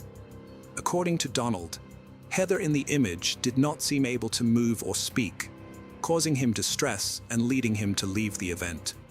Although the image was not shown in court and few details were provided, the prosecution's evidence, including this testimony, convinced the jury to find Tammy guilty in less than 2 hours. She was sentenced to 30 years in prison for both charges, with the possibility of parole after a set period. To this day, they have not revealed what occurred to Heather Elvis on that night in December 2013. Both have been attempting to challenge their convictions for years, claiming their innocence, but without success. Currently, Sydney, aged 47, is imprisoned at the high-security Lee Correctional Institution in Bishopville, with an expected release date of March 31, 2044. Tammy, aged 50, is at the medium-security Leth Correctional Institution in Greenwood, with an anticipated release date of May 9, 2043. Heather Elvis has never been found, and a tribute garden has been set up at Peachtree Boat Landing in dedication to her. Heather's disappearance left a void in the lives of her family and friends, and their pain, unanswered questions, and desire for closure became part of the story of Myrtle Beach. The community came together in search efforts and vigils, united by hope for answers. Heather's story touched hearts beyond the coastal town, highlighting the challenges of love and relationships. As we honor Heather Elise Elvis, let her memory remind us of life's fragility and the need for compassion and understanding. Hello again, true crime fans. We've got another mysterious case to explore. The case of Shil Kovlin. Shil Kovlin grew up on the west side of Manhattan. Shelley's life was marked by a love of learning and academic excellence, earning a degree in wealth management. This degree opened the door to a successful career in Swiss banking. Sheil's career flourished, and she became skilled at managing multi-million-dollar portfolios for her clients. However, despite her professional success and financial security, Sheil felt unfulfilled. She longed to start a family of her own and become a mother. In an effort to change her circumstances, Sheil attended a Jewish singles event in February 1998, where she met a 26-year-old man named Rod Kovlin, who also worked in the banking sector. Sheil and Rod were a young couple with many similar interests and ambitions. Their relationship developed quickly despite their significant age difference. They spent all their time together and then decided to get married, feeling that everything was just right. Some people thought they were rushing into marriage, but for Sheil and Rod, it was perfect. They had 2 beautiful children, a boy and a girl, and their family was complete. However, their happy life was shattered on New Year's Eve 2009 when Sheil died in a tragic accident. At first, the police thought it was just a freak accident. On December 30, 2009, 2 police officers were finishing their night shift at a Manhattan police station. They received an emergency call from Rod Kovlin, Sheil's husband, who had called in a panic to report that he had found Sheil in her bathtub, submerged in blood, and that she was dead. He followed the police's instructions to pull her out of the water and attempt to resuscitate her. However, it soon became clear that his efforts to save her life would not be successful. As Sheil's body was cold and motionless, Rod Kovlin covered her with a blanket and waited for the police to arrive. Police quickly arrived and investigated the scene. Upon arrival, they assessed the situation and blocked off a downtown Manhattan street. Initially, officers suspected that Sheil's death may have been a suicide. Inside the apartment, the police found scattered children's toys. Proceeding to the bathroom, they discovered the Sheil wrapped in a blanket by her husband. The bloody water in the tub and the wet floor indicated that Rod Kovlin had recently pulled the body from the water. A bleeding wound on the back of Sheil's head was visible. Police found a torn hinge on the cabinet in the bathroom where Sheil died, suggesting she fell after losing her grip on the doorknob. Experts concluded there was no forced entry after checking around the house. The detective working the case decided to talk to the family members. During the interview, it was discovered that Sheil and Rod Kovlin's 9-year-old daughter was the first to discover her mother's body. Traumatized and shocked by what she saw, she told the police what had happened. It turned out that the night before, she and her younger brother had slept in their mother's bed. Waking up in the middle of the night and realizing that her mother was not there, she went looking for her and stumbled upon the horrifying scene in the bathroom.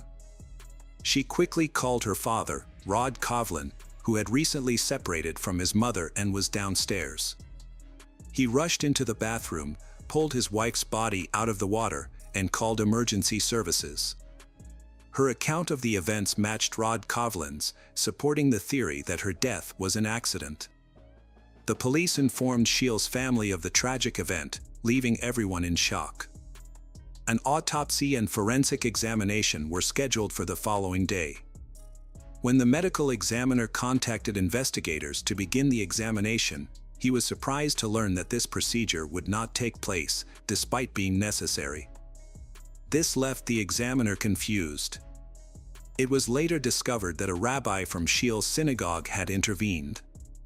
The rabbi contacted an organization responsible for burying Orthodox Jews, who then asked the police for permission to enter the scene in accordance with the family's religious rites. The police granted permission and a team of rabbis arrived at the scene. They cleaned up the blood in the bathtub and prepared Sheil's body for burial in accordance with the family's beliefs. Unfortunately, this process destroyed all evidence and clues before they could be examined by the police forensic department. Orthodox Jewish tradition considers autopsies unacceptable because they involve defiling the body of the deceased. The rabbi quickly stepped in to support Sheil's grieving family, who were grateful for the rabbi's help. As a result, the family agreed to forego an autopsy and organize funeral arrangements. Sheil was buried within 24 hours, with hundreds of people attending to pay their respects. Sheil's parents questioned the cause of Sheil's death. Police told them that potential evidence had been destroyed during the cleanup. They thought that a fall in the bathtub would certainly have caused the accident. But the possibility of death from such an accident seemed unlikely. The family hired a private investigator to investigate the circumstances of her death and determine whether it was indeed an accident. The private investigator begins by going to the family home to talk to Sheil's relatives, and learns that Sheil's marriage to Rod Coughlin is having major problems.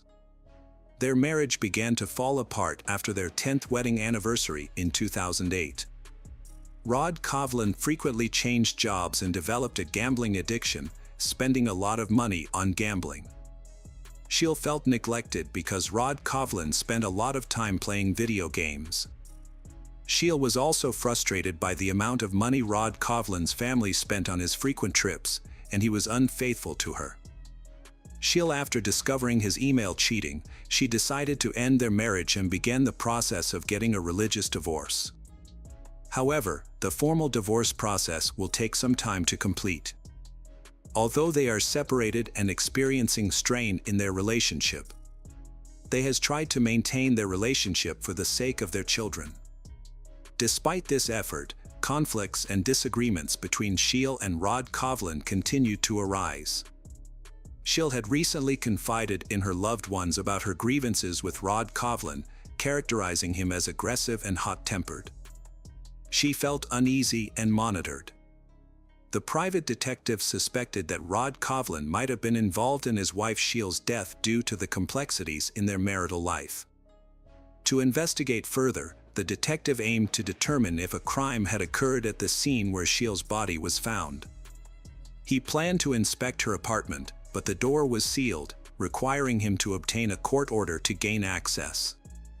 Upon arriving at the scene with New York police officers, the detective attempted to unlock the door with a provided key, but it wouldn't budge. Just then, Rod Coughlin appeared from his apartment, claiming he had heard a noise and came to investigate. When questioned by the police and the detective, Rod Coughlin took the key and easily opened the door. This raised suspicions. Had Rod Coughlin genuinely heard a noise, or was he deliberately keeping an eye on the situation? The detective searched the apartment for evidence of murder. Sheil's family said she was home on December 31st, but her phone was missing. A phone charger was found, but not the phone that he paid particular attention to the hinges, which investigators believed she had ripped off during a fall. The more he examined them, the more he suspected that, with Sheil's strength, ripping off hinges that were firmly attached to the cabinet was impossible. The detective discussed his findings with the police, trying to convince them that Sheil's death was not an accident, but a murder. However, the police remained unconvinced, citing a lack of evidence. Therefore, they decided to perform an autopsy to conclusively determine the cause of death. This decision caused a difficult debate with Sheil's family. The exhumation took place 2 weeks after Sheil had been buried. Her loved ones were deeply distressed by the decision. In the Jewish faith, exhumation is considered negative and many religious leaders oppose the practice. The family needed time to think about their next steps. They felt the need to find out the truth about their daughter's death, so they agreed to exhume her body. However, the exhumation process was difficult, so the family had to apply for a special order from the prosecutor's office. Even with the family's consent, they still had to make sure that all the necessary paperwork was completed. Once all the paperwork was completed, they proceeded with the exhumation and autopsy. The autopsy results showed that Sheil did not die from a fall, but from strangulation, which caused her to suffocate and break her neck. The official cause of Sheil's death was revised, and it was no longer considered an accident. Instead, it was officially ruled a murder. The detective's suspicions and efforts were vindicated. The autopsy results were instrumental in prompting the New York Police Department to reopen the investigation into Sheil's death. detectives began scrutinizing new evidence, including phone records and bank statements. They also interviewed everyone who had interacted with Rod Coughlin and Scheel. The attorney shared information about Rod Coughlin and Scheel during the first divorce hearing in May 2009. Rod Coughlin claimed that he could not afford the money because he was unemployed, but the judge said that he had to give up gambling and electronics. In court, Rod Coughlin's true nature was exposed, and he continued to criticize Scheel, making false accusations about her lifestyle, finances, and behavior toward their son. He even called Scheel's workplace to defame her. In the subsequent divorce hearing on July 7, 2009, the court banned Rod Coughlin from spending time alone with the children, a ban that remained in place even after Scheel's death. The court also denied Rod Coughlin custody of the children and awarded custody to Rod Coughlin's parents through a social worker. This decision likely angered Rod Coughlin greatly. Police interviewed a former caregiver who had cared for Rod Coughlin's children before he fired her. It was discovered that on December 30th, Scheel had received an expensive keratin hair treatment that cost hundreds of dollars. The care instructions emphasized avoiding humidity in high temperatures for several days, essentially prohibiting baths or showers. Scheel's autopsy revealed no signs of bathing on the day of her death, leading investigators to speculate that she may not have taken a bath. Detectives reviewed surveillance footage from the building, which showed Rod Coughlin leaving his apartment at 4 a.m. on the day of the murder, dressed to go out. He returned a short time later.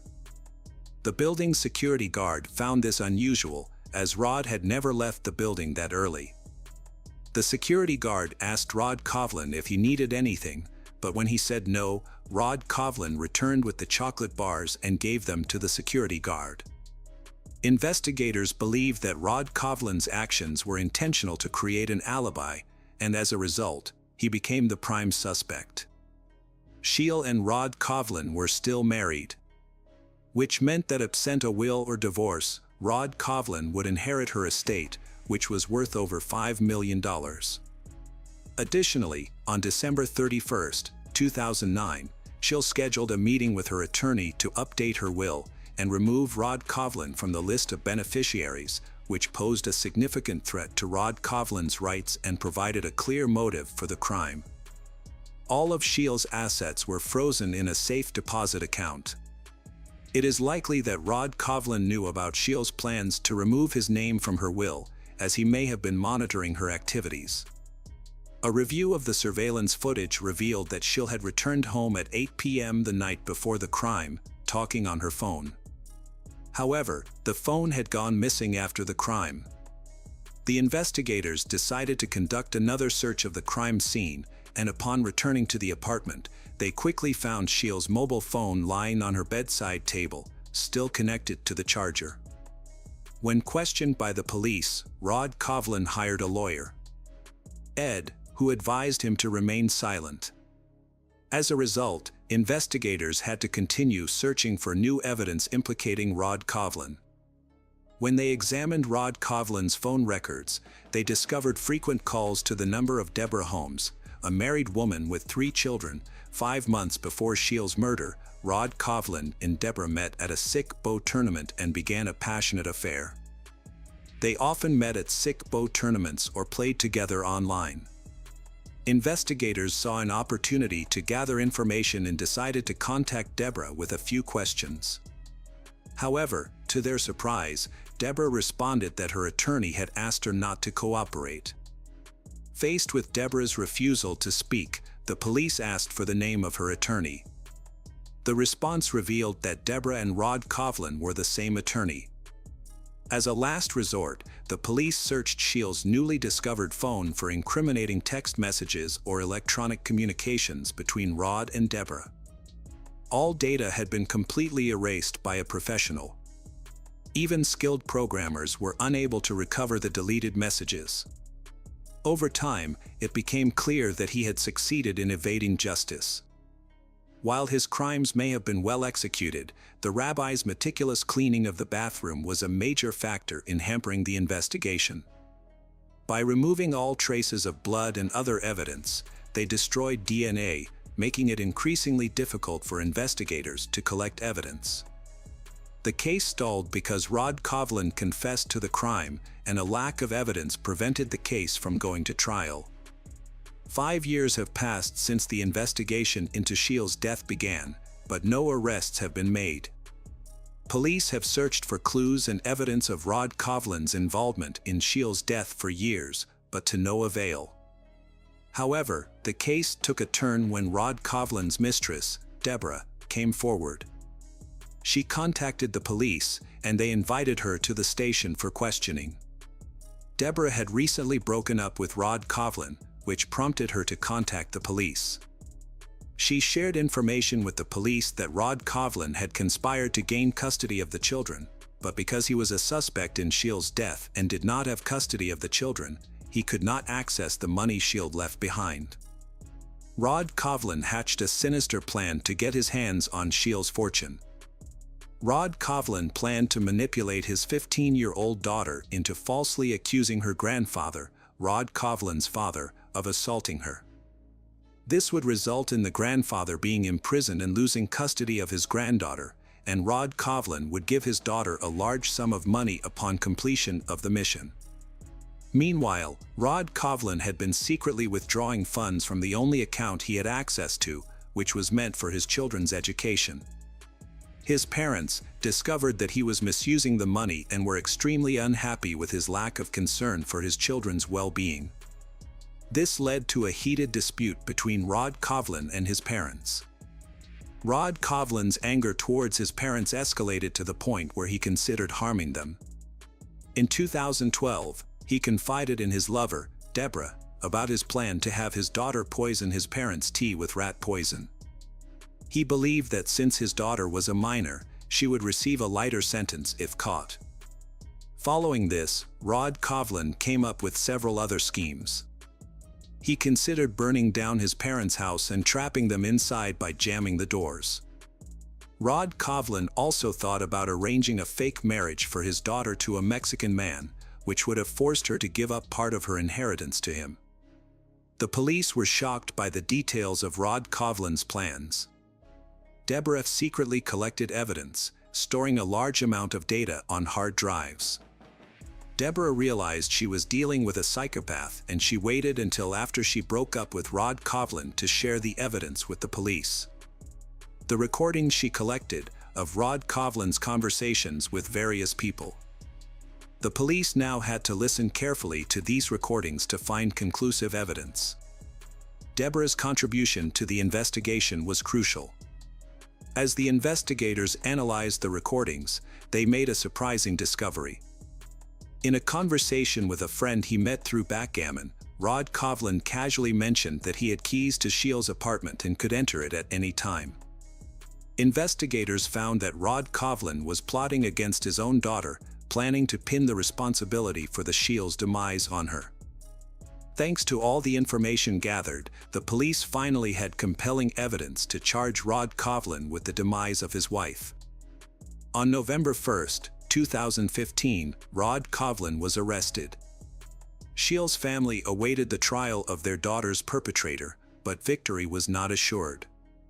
Rod Kovlin, while incarcerated, shared intimate details of his wife's murder with a fellow inmate. He even reenacted the strangulation, which matched the autopsy results. During the 7-week trial, the jury heard testimony about the heinous crimes he planned to commit, including murdering his wife, targeting his parents, and framing his own children. The jury was horrified by his cold-blooded nature. In March 2019, the court convicted Rod Kovlin of murdering his wife, Shields. Although there was no direct eyewitness, the overwhelming evidence led to a life imprisonment sentence. With the possibility of parole after 25 years, Rod Kovlin will no longer pose a threat to his family or the people of New York. Welcome back, detectives. Let's dive into another horrible case, the case of Cat West. Cat West was born on February 15, 1975, in the small town of Davie, Florida. She was the only child of Nancy and John Jonathan Martin. As a child, Kat always wanted a sibling, but her mother's health problems made that impossible. This has made Kat West so attached to her dolls. She treats them like living creatures, sings to them and cherishes them. Kat West was a popular student in school, admired for her good looks and friendly personality. She was very active in extracurricular activities, particularly sports and dance. However, during the teenage years, signs of bipolar affective disorder begin to appear, characterized by depression and anxiety, alternating with periods of hyperactivity, persistently elevated mood and agitation. Only later did her parents realize their daughter's condition, but it was too late. By then, she had turned to alcohol to cope with her emotions. It wasn't until she sought treatment for her addiction that doctors discovered the underlying issue, a bipolar disorder. Despite overcoming her dependency on alcohol, managing her bipolar disorder proved to be a much more daunting task. She was on multiple medications, which caused unpleasant side effects and made her feel unwell. Eventually, the disorder was brought under control, but Kat West had to continue taking medication. Kat West wants to get married and have children, but her personal life is full of hardship, possibly due to her past mental illness and addiction. However, Kat West is a charismatic and attractive person, has many admirers, is often the life of the party and shines in the spotlight. Growing up, Kat West aspired to be a model. She actively pursued her goal, spending time attending auditions and exploring different looks. She was especially attracted to Marilyn Monroe, an actress of the style of the 1950s. Kat West has watched many of Monroe's films, collected her posters and imitated her style and image.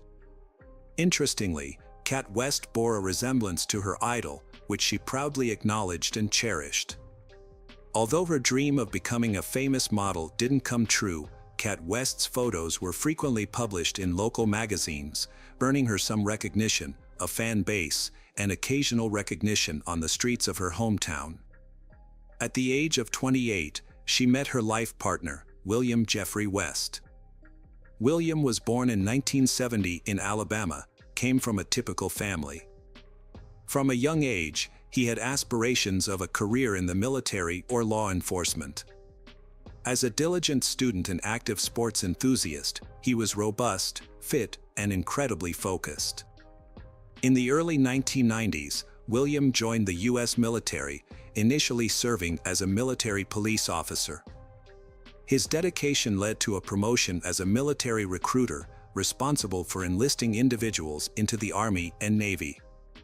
He was eventually promoted to head of a recruiting unit, spending 20 years of his life in military service. William pursued higher education alongside his military career, earning a bachelor's degree in public relations from the University of South Carolina. He then went on to study criminal justice, eventually earning a master's degree. William is a calm and goal-oriented person who likes to keep a low profile. He was a devoted family man, marrying young and having 2 children. After retiring from the military, he became a corporal in the police department of a university town, where he was responsible for ensuring the safety of the campus community.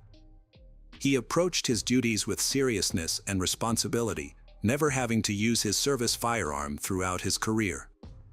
Kat West and William first met in the mid-2000s, when William was still serving in the military and married to his first wife. Despite their vastly different personalities, William is a quiet and serious military man, and Kat West is a bubbly and outgoing blonde, and they feel an immediate attraction to each other. In 2004, William, a married man at the time, met Kat West. Despite their 5-year age gap and Kat West's struggles with alcohol addiction, but they quickly fell in love. William soon filed for divorce to be with Kat West, and in less than 5 months, they got married in Las Vegas in 2005. After getting married, they welcomed their first child, a daughter named Lola. They moved to Sarah, Alabama, William's home state, where Kat designed their custom-built home, adorning their bedroom with portraits of her idol, Marilyn Monroe. Neighbors described the Williams as a happy couple, despite their very different personalities. Kat West was known for her bold fashion sense, always striving to look stunning and attractive. She loved being the center of attention, often seeking compliments and admiring glances. In contrast, William appeared more reserved and serious, a trait likely developed during his long military career. Kat West's life is a complete contrast to her glamorous appearance and her everyday reality as a housewife. Despite her efforts to make it big in modeling, her career failed to take off after her marriage and the birth of her daughter. Focusing on creating a cozy home and raising her children became her top priorities. However, her domestic life wasn't fulfilling, and she yearned for attention and recognition. With the emergence of social media in the late 2000s, she began sharing pictures online. She was inspired by Barbie and Marilyn Monroe, but gradually became more daring and provocative. Her husband was surprisingly supportive of her new hobby, often serving as her photographer. Eventually, the hobby became a profitable business, earning her income through paid subscriptions. A typical evening found they shopping for prepared seafood, fine brandy, and absinthe from a local supermarket. They would pick out scented candles from a nearby store to set the mood for a romantic evening. Surveillance cameras caught them seemingly carefree and happy as they made their purchases, unaware of the tragedy that was about to happen.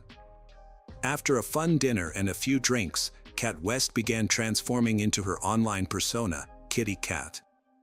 She asked Williams to take some intimate photos of her, first in lingerie and then without clothes. Williams agreed and took several revealing shots, which were later posted on Kat West's private online profile, accessible only to her fans. A romantic evening that seemed to end in a night of passion instead led to a tragic ending. The next morning, January 13th, around 5 a.m., a young neighbor of the Williams was on her way to work. Although the sun had not yet risen, it was light enough outside for her to notice something unusual as she passed the Williams house. At first, she didn't realize what it was, but as she slowed down, she saw a nearly naked woman lying motionless on the road. She also thought she saw someone standing on the doorstep of the house, but they quickly disappeared into the shadows when they noticed her approaching. During questioning, the neighbor was unable to definitively state whether she saw Kat West's attacker enter the house or flee down the street. The neighbor, who was shocked and unsure of what to do, hesitated to approach the body. After returning home, she informed her parents, and together they called emergency services to report the distressing discovery. At the operator's request, the neighbor reluctantly approached the body while waiting for help to arrive. She identified the body as Kat West and checked for a pulse, but unfortunately, there was none. Kat West's body was cold and stiff. Kat West was found lying face down on the sidewalk, wearing only a bright pink bra top. There was a pool of blood under her head. Nearby was a bottle of wormwood wine with some of the wine spilled on the road and blood stains on the bottle. A short distance away lay her smashed smartphone. Due to the quiet residential area, there were no other witnesses to the incident, which remains shrouded in mystery. Kat West's car was last seen around 8:30 p.m. and the time her body was discovered at 5 a.m. A key figure who may be able to shed some light on the events is Kat West's husband, Mr. Williams. The investigation is ongoing, with Detective Michael Melhoff being one of the first to arrive at the scene. When the detective arrived at the house where Kat West's body was found, Williams answered the door. He seemed anxious but claimed he didn't know what was going on. When asked about his wife's whereabouts, Williams said he had just woken up and couldn't find her in bed. The detective then told him that a woman's body, identified by neighbors as Kat West, had been found near the house. The man put on a jacket and followed the detective outside, where he confirmed that the body was indeed his wife. However, his reaction was surprisingly calm. He didn't show any extreme emotions, such as crying or screaming, which raised some suspicions. When questioned about his whereabouts and activities during the night, he said he had slept soundly because they had been drinking the previous evening. When asked what he thought might have happened to his wife, he simply shrugged and suggested it could have been an accident. The man also shared some information about his wife's medical history. He said she had bipolar disorder and took medication for it. He also mentioned that she struggled with alcohol and sometimes behaved erratically when she was drunk. He noted that she would occasionally jump on their backyard trampoline, but sometimes missed it and injured herself. A search of the house did not turn up any signs of a struggle or violence. However, some items in the kitchen suggested a recent gathering. 2 plates with leftover food, 2 glasses, and a half-empty brandy bottle were on the kitchen table. Under the table, police found Kat West's high heels and a pair of panties the same color as her bra lying on the floor. However, some bloody napkins in the trash and an open bottle of detergent raised suspicions. Williams claimed that on the evening in question, Kat West had been drinking heavily, which he disliked. After a photo session, he wanted to move to the bedroom for a more intimate setting. He took a short shower and returned to find Kat West still sitting at the table, drinking absinthe straight from the bottle and texting someone on her phone. Williams was angry that she ignored his requests to put away her phone, and he tried to take it from her. A minor scuffle ensued, during which he accidentally elbowed Kat West's face, causing her nose to bleed. Williams explained that the blood on the discarded napkins could have been the blood from his wife's nose that night. He stated that he took the phone from his wife and threw it out the door. Believing his wife would calm down and join him in bed, he claimed to have been unaware of what happened next until the police arrived at his door asking about Kat West.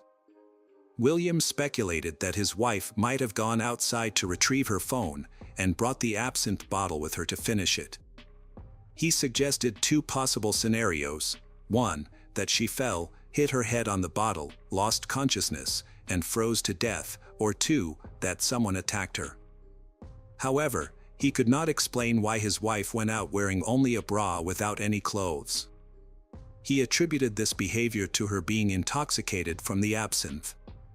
Williams's story raised suspicions due to its inconsistencies and lack of detail, which he attributed to intoxication.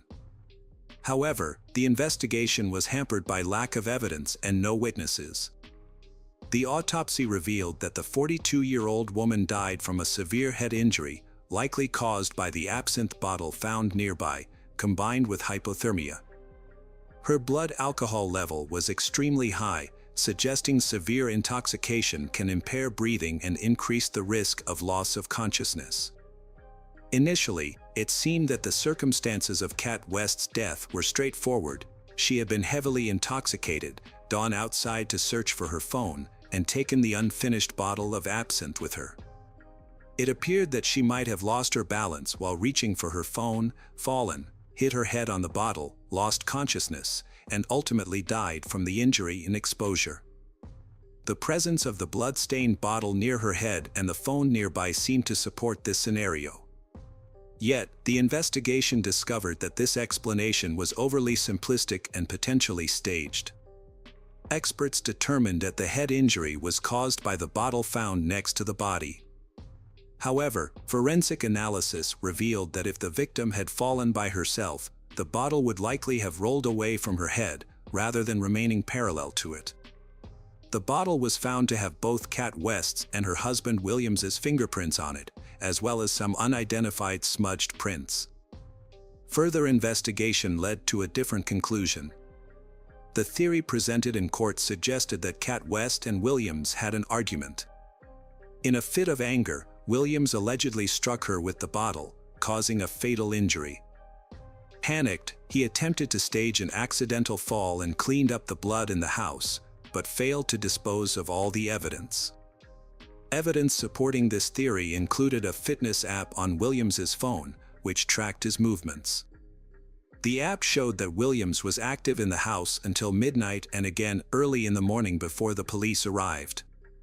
This contradicted his claim of being asleep, leading police to speculate that he was trying to conceal evidence during these times. A neighbor who discovered the body recalled seeing a male silhouette on the doorstep of the house in the early morning hours. However, due to the dim light, she couldn't be certain if it was Williams or someone else. She also couldn't determine if the person entered the house. This information piqued the investigators' interest, especially given Cat West's online persona, Kitty Cat, which had attracted many male admirers who paid to see her revealing photos.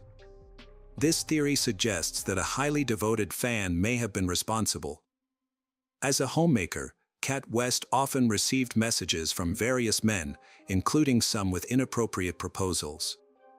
However, she kept her distance, and there were no explicit threats or harassment found in their communications. A few persistent fans who lived in other states were quickly ruled out as suspects. Despite this, mysterious footprints were found on the doorstep, which didn't belong to the homeowners, but they vanished on the lawn, and their origin remained unknown. Friends, relatives, and neighbors described the Williams family as a happy couple, and he knew her online activities under the name Kitty Cat. While some might have seen it as unusual, he treated it as harmless fun. Their social circle was unaware of Cat West's online persona, just as most of her followers didn't know her real-life identity. Williams firmly denied ever abusing his wife, saying he loved her so much that harming her was impossible. However, they frequently argued, and a text exchange from January 12 revealed a heated dispute. Cat West criticized Williams for not matching her energy and temperament, suggesting they might be incompatible. Despite the lack of direct evidence, Williams remained the prime suspect. Following his arrest, his family and defense attorneys rallied to his defense, believing he was innocent. They insisted that he could never hurt his wife. After his arrest, Williams was unable to afford the $500,000 bail and had to stay in custody until his trial, which took almost 3 years. He was offered a plea deal, admitting guilt in exchange for a reduced sentence, but he refused, maintaining his innocence. The trial, which began in November 2020, drew significant media attention. This publicity put pressure on the judges and jurors. By this time, the possibility of a third party's involvement in Cat West's death was no longer considered. The prosecution argued that all the evidence indicated that Williams was responsible for his wife Cat West's death. They believed that, fueled by jealousy and intoxicated, he hit her with a bottle, causing fatal injuries. In an attempt to cover his tracks, they suggested he staged the scene to look like an accident and removed evidence from the house. In contrast, Williams's defense team claimed that Cat West's death was an accident. They pointed out that her extremely high blood alcohol levels would have impaired her balance and coordination. Cat West's mother testified in support of Williams, describing her daughter as eccentric but stressing that Williams loved her unconditionally and would never harm her. She also appealed to the court to consider the well-being of their child, Lola, who had already lost her mother and now risked losing her father. On January 11, 2021, the jury delivered a guilty verdict for involuntary manslaughter. As a result, Williams received the maximum sentence of 13 years in prison, taking into account the time he had already served. Notably, if he had accepted the initial plea deal offered to him, he may have already been a free man by now. Unfortunately, all of Williams's appeals, led by his lawyers, have been unsuccessful thus far. Milford is a charming coastal city located in Connecticut, United States. Situated on the Long Island Sound, it offers picturesque views and a vibrant community. Covering an area of just over 25 square miles, it has a population of over 50,000 people. Known for its beautiful beaches, Milford attracts visitors and residents alike who appreciate its scenic landscapes and waterfront activities. The city boasts a rich history dating back to colonial times, with a blend of historic architecture and modern amenities. The people of Milford would never know that a tragedy was about to befall there in 2022. But first, let's uncover the layers of her past. Julie Minogue entered the world on July 19, 1982, in the charming town of Goshen, New York. She was blessed with loving parents, Gerald J. Minogue and Sandra Barish Doper, who nourished her alongside her two siblings, sister Allison Barati Corcoran and brother Peter Gerald Minogue. Growing up, Julie thrived academically, attending the esteemed Monroe Woodbury schools and later graduating from Monroe Woodbury High School. She further pursued her education at Orange County Community College, expanding her knowledge and embracing new experiences along the way. After college, Julie Minogue became a devoted medical assistant at Connecticut Coastal Obstetrics Gynecology and found joy in various aspects of her life. She embraced an active lifestyle, which was regularly engaging in running and walking to keep herself energized. However, her true passion lay in being a mother to her two sons, Nicholas Keith Turner and Sean Michael Turner. The details about her marriage and husband are unknown at this point. Julie's dedication and love as a single mother were remarkable, shaping the strong bond shared among them. Julie Minogue found love once again in 2017 and got into a relationship with a man from Roxbury named Ewan Anthony DeWitt. Together, they welcomed a son in 2019 named Luke Anthony Minogue into their lives. However, as time passed, difficulties arose in their relationship, which led Julie to make the decision to leave Ewan in 2021. She moved with her sons to a condo on Salem Walk in Milford, and their well-being remained her top priority. In 2022, Nicholas, the eldest son, was 21 years old and had bravely served his country in the Coast Guard, while Sean, at 17 years old, was a vibrant young man and was thriving as a high school senior. Her son with Ewan, Luke, was 3 and a bright light in their household. Julie herself was 40, and all seemed well for her and her 3 boys. But tragedy was waiting just around the corner. Late at night on December 6, 2022, 17-year-old Nicholas Minogue was startled awake by chilling screams. He didn't wake up at the first noise, and he dismissed it, thinking that it could just be echoes from the neighborhood. But the cries were growing louder and more urgent, and he realized something was terribly wrong. Concerned about his mother's safety, Nicholas rushed down the stairs. As he descended, amidst the darkness, he caught a glimpse of a chilling scene. A man wielding an axe and his mother lying on the floor, her body drenched in blood. In the midst of the chaos, Nicholas heard the haunting words, "You didn't believe me," ringing in his ears. In a panic, the teenager raced upstairs and swiftly locked the door, determined to keep himself safe. He dialed 911 and urgently reported the horrifying scene which had unfolded before him. Determined to provide an extra layer of protection, he quickly placed a sturdy chair behind the locked door. With his heart pounding, he opened his window, desperately reaching out for help. Within minutes, police officers arrived and entered the house, but the teenager, gripped by fear, leapt out of the window. That's when he heard Milford PD shouts and realized it was not the intruder. Eventually, the authorities found the courageous teen and ensured his safety. In a devastating discovery, the police entered the kitchen to find Julie Minogue lying in a pool of blood on the floor. Her face and skull had been injured by multiple deep cuts. A chilling sight awaited them as they spotted a large axe resting on the stove nearby, carrying evidence of the horrific crime. Meanwhile, in the living room, Julie's young son Luke, who was 3 years old, sat on the couch, completely stunned and unresponsive. Not a tear nor a word escaped him, as if he was frozen in shock. The officer stayed by his side and offered him comfort and support until additional officers arrived at the scene. Following her tragic demise, Julie's body was carefully transported to the Connecticut office of the chief medical examiner for a thorough examination. After conducting a meticulous autopsy, the medical examiner determined the cause of her death to be the chopped wounds and blunt impact injuries on the head, torso, and extremities. The detailed findings provided crucial evidence regarding the nature of the attack, shedding light on the tragic circumstances surrounding her untimely demise.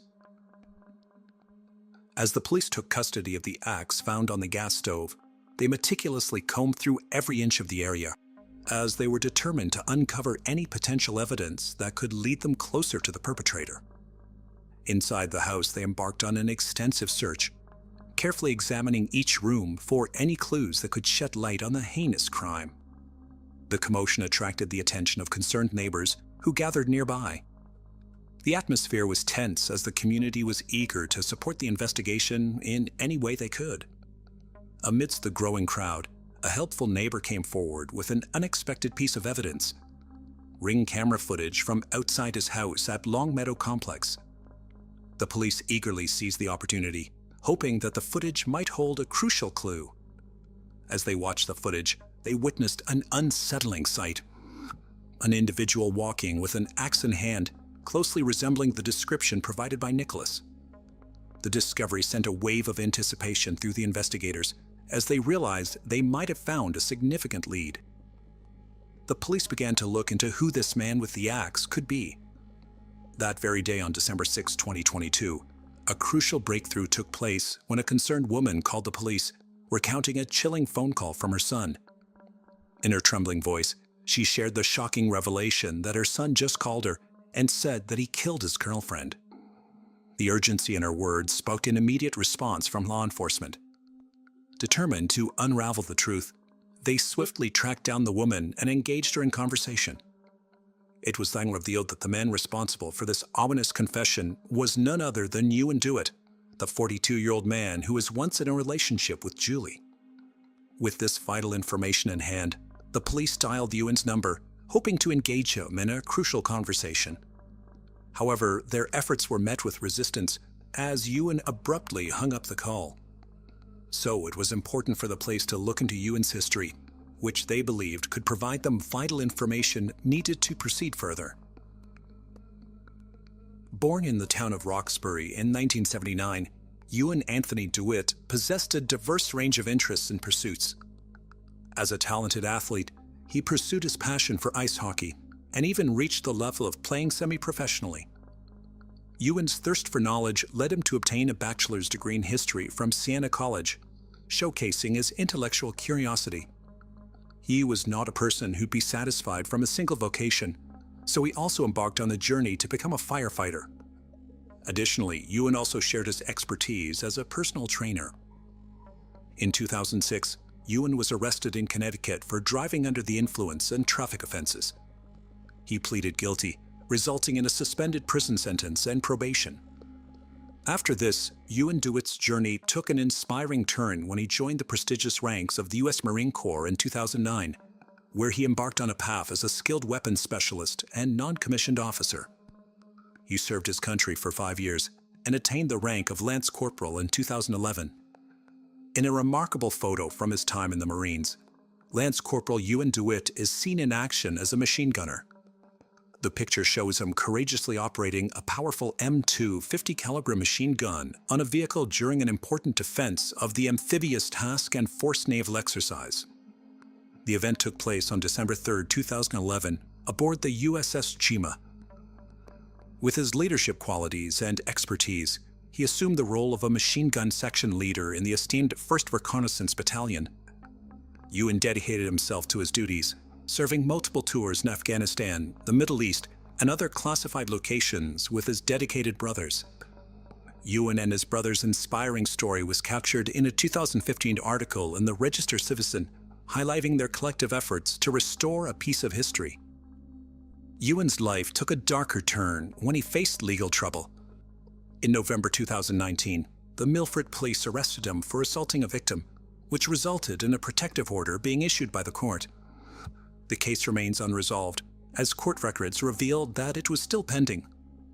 With his next court date scheduled for April 14, 2023, Ewan maintained his innocence by pleading not guilty. He was released on a $20,000 bond, awaiting the judicial process to unfold. Ewan's troubled past included a disturbing incident in which he was arrested for his actions towards Julie shortly after the birth of her son. Reports stated that he'd thrown a large object at Julie Minogue and had also destroyed her phone to prevent her from calling for help. Fearing for her safety, Julie sought refuge at a neighbor's house and contacted the authorities. The incident highlighted the alarming nature of Ewan's behavior and its impact on those around him, adding another layer of intensity to the unfolding events. In 2021, he faced charges of assaulting emergency personnel and a female in Wake County, North Carolina.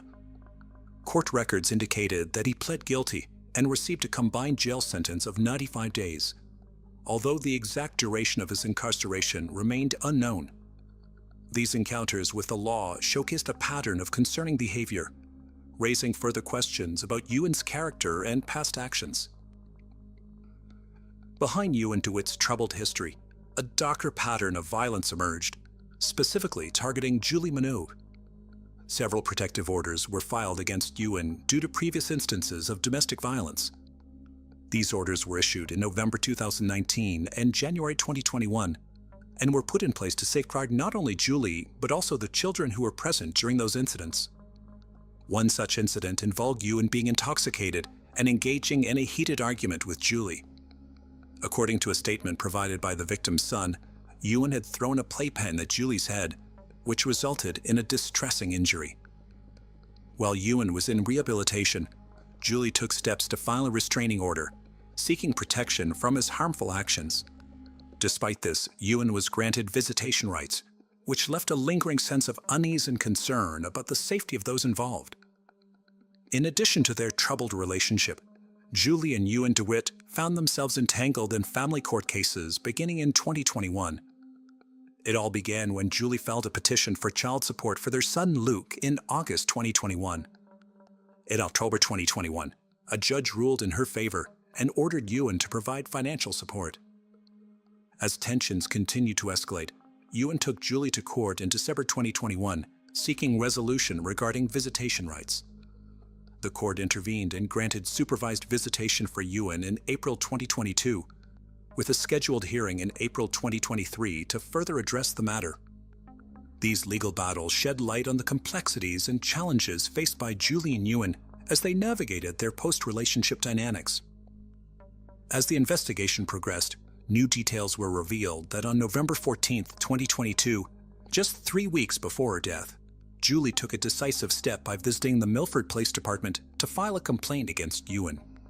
She alleged that he bombarded her with over 200 text messages within a span of just 2 days, despite the existence of a protective order that explicitly forbade him from contacting her.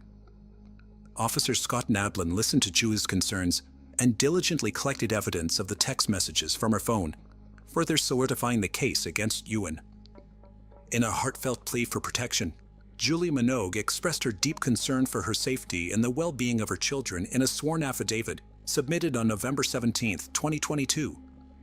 Determined to put an end to the ongoing abuse, she stated, "I don't believe I should endure this mistreatment any longer." Fearful of the consequences, she detailed the relentless harassment she faced. Julie Minogue also wrote in the document that, "Ewan has got himself into a lot of trouble with drugs and alcohol, and I'm scared he's going to kill me." Officer Nablin, resolute in his pursuit of justice, meticulously crafted an arrest warrant, alleging Ewan's violation of the protective order. The document, filled with crucial details, was reviewed by a supervisor, ensuring its accuracy and validity. They made sure that the arrest warrant application contained the requisite probable cause to support the charge that the text messages sent by Ewan DeWitt violated the modified protective order that was issued on January 15, 2021. On November 21, 2022, the court reopened the warrant application and made its way to the Milford State's Attorney's Office. However, the story took an unexpected turn as the Assistant State's Attorney, committed to thoroughness, sent the warrant application back to Officer Nablin and requested further information before proceeding. In this delicate dance between law and justice, every step forward demanded meticulous attention to detail. However, on December 1, 2022, Julie Minogue successfully obtained a civil restraining order from a judge. In the hearing, which lasted about an hour, Julie presented evidence of the text messages, Ewan's struggles with substance abuse, mental health issues, and a history of violence. She expressed concern for Ewan's well-being, describing his bipolar rage and erratic behavior, and emphasized the importance of him receiving proper treatment and therapy. Julie firmly believed that Ewan should not be allowed around anyone until he'd received the necessary help and support.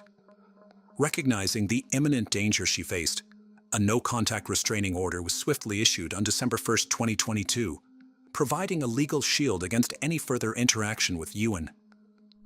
But this order took a darker turn when, 5 days later, Ewan killed Julie with an axe in her condo.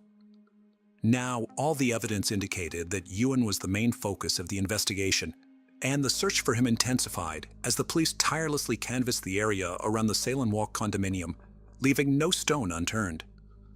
Their efforts led them to a dive bar on Ocean Avenue in West Haven, where they sought the assistance of the local community. They approached patrons, informing them about the ongoing investigation and urging them to notify the authorities if they spotted Ewan DeWitt.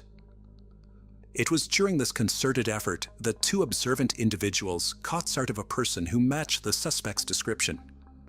Eager to aid the investigation, they immediately flagged down the police, providing crucial information about the suspect's whereabouts.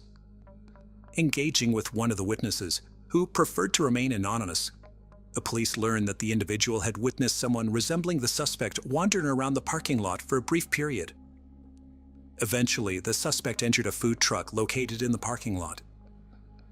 Acting swiftly, the police converged from the scene. Without incident, they apprehended Ewan DeWitt on December 6, 2022, bringing him into custody and moving one step closer to uncovering the truth. The police initiated a rigorous interrogation of Ewan about the early hours of December 6, 2022. Initially, Ewan maintained a stoic silence, withholding vital information. However, after hours of intense questioning, a breakthrough occurred. Ewan finally confessed to the gruesome act of taking Julie's life with an axe. He revealed that he'd silently entered the house through the kitchen window, concealing himself in anticipation of his victim's arrival.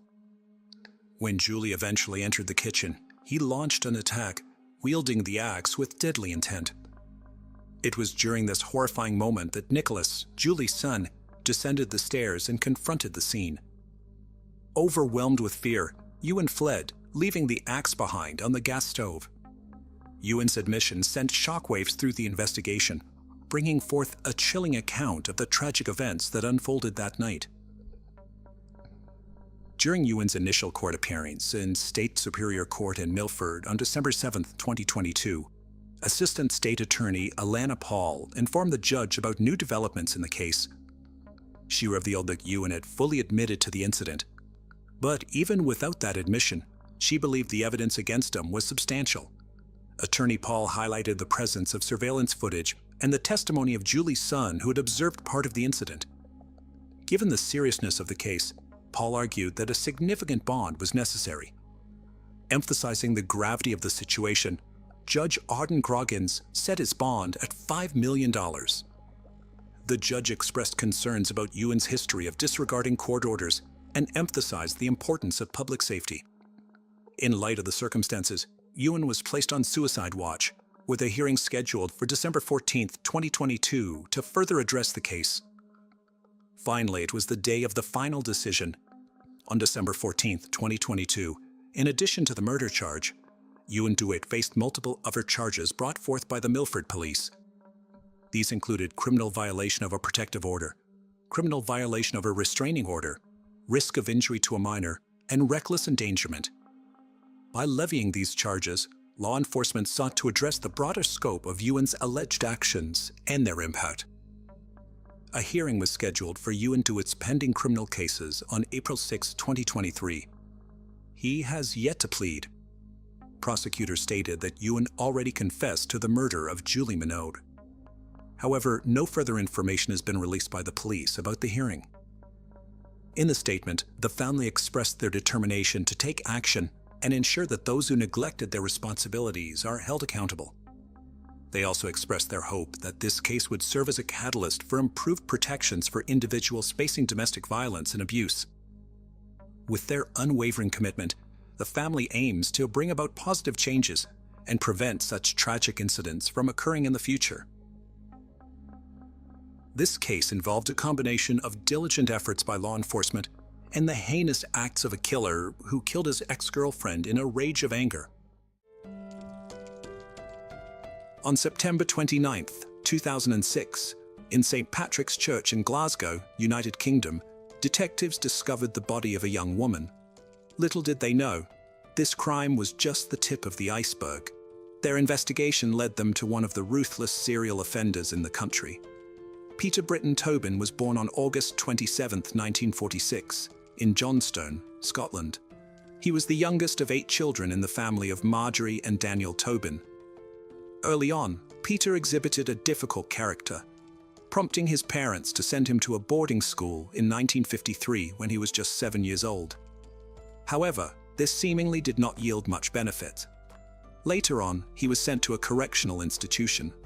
After completing this period, Peter moved to Brighton, England. There he started a relationship with Margaret Mount, a 17-year-old typist who found his personality irresistible. In August 1969, they got married. However, Peter soon revealed his cruel and controlling nature. Besides that, he was involved in criminal activities and was convicted and imprisoned for theft and forgery a year later. This led Margaret to divorce him in 1973. In the same year, Peter married Sylvia Jeffrey, a local nurse who also fell for his charm. That year they had their first son and named him Ian. Tragically, their daughter Claire died shortly after birth in 1974. Grieving over their lost child and suffering from Peter's abusive treatment led Sylvia to leave in 1976 with their young son.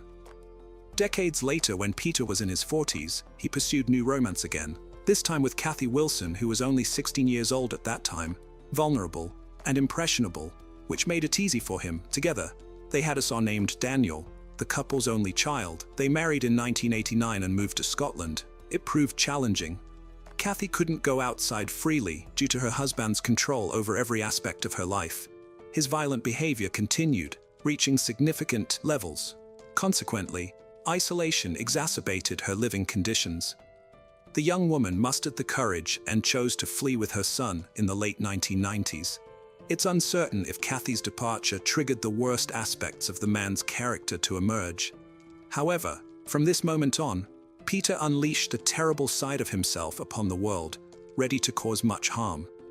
Unfortunately, his path intersected with that of a lovely girl named Vicky Hamilton. Vicky was born in Scotland in 1976. She was the second child of Michael and Janet Hamilton, a married couple who had previously welcomed their firstborn daughter Sharon. Later, Lee and Lindsay joined the family. Nevertheless, serious disagreements between the spouses led to divorce being the most appropriate decision. Vicky, Lee, and Lindsay stayed under their mother's care and moved to South London. The eldest daughter, Sharon, remained in Bathgate, BTHG, but this distance didn't hinder Vicky and Sharon from maintaining their close relationship. When Vicky turned 15, Sharon saw it as a good opportunity for her sister to take a step towards independence, a desire many teenagers have. After traveling alone by bus to Scotland for a weekend visit, Vicky was supposed to return home to her mother's house. It marked her first solo trip by bus. Sharon viewed it as a small yet significant adventure. On Saturday, February 9th, 1991, the sisters went shopping and engaged in continuous conversation. Sunday was typical, except that Vicky felt apprehensive about her return trip.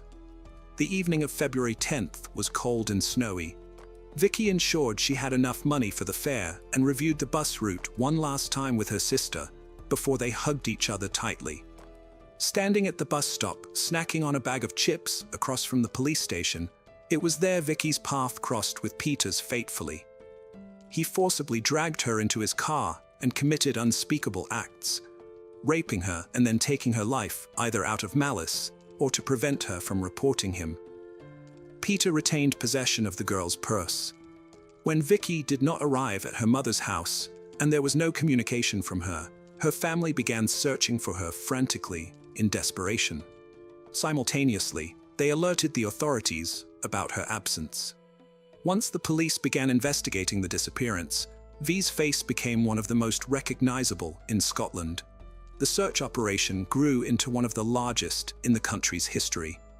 Amidst this uproar, Peter opted to relocate to southeast England, specifically to Margate, where he settled into a charming house with a garden. There, Peter brought Vicky's lifeless body. He wrapped her remains in plastic and concealed them beneath a layer of concrete. He then covered everything with soil. Neighbors thought he had dug a sandbox for his young son, who was 3 years old at the time. Peter's name never surfaced during the initial investigation into Vicky's disappearance. The police found no leads on Vicky's whereabouts and considered her a likely runaway, viewing her as an unhappy teenager due to her parents' divorce. Their theory of voluntary disappearance was reinforced on February 21, 1991, when Vicky's purse was discovered near the main bus station in Edinburgh. Peter, always one step ahead of authorities, created this false lead and completely diverted the course of the investigation. Detectives spent 2 fruitless months searching in London. It is known that Vicky's mother died soon after. Over the next decade, Vicky's family and town residents continued to follow the case closely, but despite listing more than 7,000 names in the file, taking nearly 4,000 statements, and presenting about 500 documents along with 380 potential pieces of physical evidence, all efforts led to a dead end. The case was eventually shelved. The next young woman who encountered Peter was Dina McNichol from Essex. She had a brother and 3 sisters. Her father was a jazz musician, and her mother had tragically died many years prior in a car accident. By age 18, Dina was known as good-hearted and cheerful, a wonderful friend. She had just completed high school and held great hopes for her future. On one hand, possibly, she aimed to take a gap year for travel. On the other hand, she aspired to attend university. However, nothing was certain, because although Dina had applied to several institutions of higher education, she hadn't yet received any responses. During the first weekend of August 1991, Dina attended a music festival in Hampshire. There, she met a young man named David Tremlett. Between dances, they discovered they liked each other. On Sunday, August 4th, they spent the night together in a tent. The following day, Dina assisted him in dismantling the tent, and they agreed to hitchhike back home separately. However, since part of their route was the same, they decided to hitchhike together. Tired but happy, the young couple hit the road to catch a ride. That's when Peter appeared and offered them a lift. David got out of the car first, and Dina wrote down his phone number before saying goodbye. Alone with the unknown driver, Dina was about to experience a real nightmare. On that same Monday, August 5th, 1991, Peter repeated his previous crime as with Vicky. He used Dina's scarf as a gag. After committing the crime, Peter withdrew money from Dina's account at ATMs in Hampshire and Sussex. When her relatives noticed someone withdrawing money from her account, they immediately suspected something was wrong. Her family knew how carefully she saved every penny and what she planned to use that money for, either traveling or continuing her education. Days and weeks went by with no word from Dina. The worst part for her family was living in uncertainty. Though unspoken aloud, everyone was sure something terrible had happened. After all, if Dina were alive, she would have returned home or called to explain her absence. As for Peter, he left Margate without saying goodbye or explaining anything. Later in 1993, he settled in Hampshire, specifically in a rented apartment in Leek Park. He argued that he wanted to be closer to his son. On August 4th, 1993, 2 14-year-olds went to visit a local woman, but found she wasn't home. They decided to ask other neighbors if they had seen her around instead. As a result, they knocked on Peter's door. The man saw a unique opportunity and invited them into his home to wait for the force they were looking for. They saw that the man's 5-year-old son was in there, mistook him for a friendly person, and agreed to enter. There is another version about the reasons for this meeting, which suggests it was not accidental.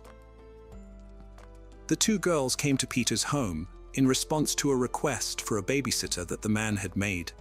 They trusted him because when they arrived, they saw his son and stayed to look after him. Everyone agrees that when the child fell asleep, Peter tied them up, threatened them with a knife, and forced them to drink alcohol. He then beat and raped them, injuring one of the girls.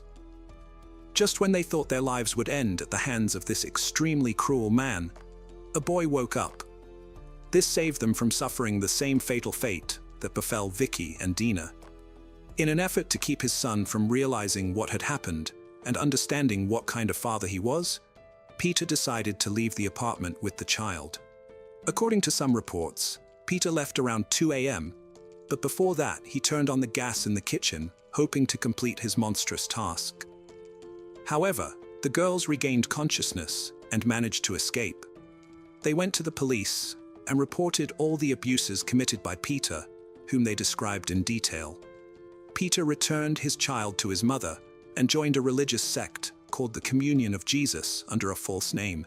He hoped to go unnoticed there, but in the meantime, media published his photograph provided by police, making his face widely known. Due to mass media coverage, information about this man started pouring in, and his car was also identified thanks to BBC Crime Watch program. He was located, and after 40 days on the run, he was captured in Brighton. He appeared in court on May 18, 1994, where he pleaded guilty to sexual assault and indecent acts against 2 young girls and was sentenced to 14 years in prison. However, Peter did not serve his full sentence and was released in 2014 at the age of 58, immediately after his release from prison. He went back to Scotland, aiming to relocate from the area where he was registered as a sex offender. For a while, he managed to stay off the radar until 6. Under a false name and posing as a homeless person, he knocked on the door of the Church of St. Patrick in Glasgow. To avoid getting exposed, he adopted the name Peter McLaughlin. Dennis and Katie Curran, a married couple from the church's charitable group, recall that evening vividly when a homeless man sought shelter. Despite his vulnerable appearance, Katie had an uneasy feeling about him. Peter was brought up as a Catholic and soon felt at ease in this church. His apparent begging served as an effective disguise because it only aroused sympathy from parishioners, with few paying much attention to him. Consequently, he roamed freely around the church, an ideal hiding place for him. However, his predatory instincts stayed intact. Being in a sacred place held no significance for him. Calculating every move meticulously, Peter displayed eagerness to assist in church repairs. After about 6 or 7 weeks, he asked the priest if he could join the maintenance staff. At that time, people facing financial difficulties often sought refuge in churches. It was through such circumstances that Angelica Clark crossed paths with Peter. Angelica was a 23-year-old woman from Poland who came to Scotland during the summer of 2006. She wanted to spend her summer break working to earn money and fund her language studies back home. She lived at the parish house of St. Patrick's Church, where she also worked as a cleaner. Peter took an immediate liking to her and somehow convinced her to help him with various tasks occasionally. On Sunday, September 24, 2006, Angelica spent several hours assisting him in painting a shed. Some parishioners noticed them together before Peter attacked her at the back of the chapel. Leica Brown, 47, and her husband Andrew, 46, who lived in a multi-story house overlooking the church, heard a woman scream through their open windows. In her statement afterward, Leica described it as a brief scream that sounded like someone being forcibly restrained. It was so eerie that it compelled her to get up from the couch and approach the window, but she saw nothing. The scream heard by the Browns coincided with the moment when Peter caught the young girl off guard as she stood her back to him. He struck her forcefully and dragged her to the back of the chapel, where he continued to beat her. After she lost consciousness, he raped her and then inflicted several knife wounds. He hid the body in the basement under the floor near the confessional. At this point, Angelica was still alive. Several hours passed, and parishioners began to notice that the young girl was missing. That's when Dennis informed his wife, Katie, about Angelica's unusual disappearance.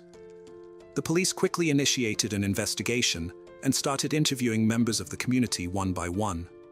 During these interviews, it came to light that Peter was the last person seen with Angelica, albeit disguised as Pete, a homeless laborer.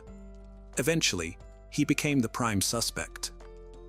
Officers went to question him, but found no evidence linking him directly to Angelica's disappearance. so they continued their investigation.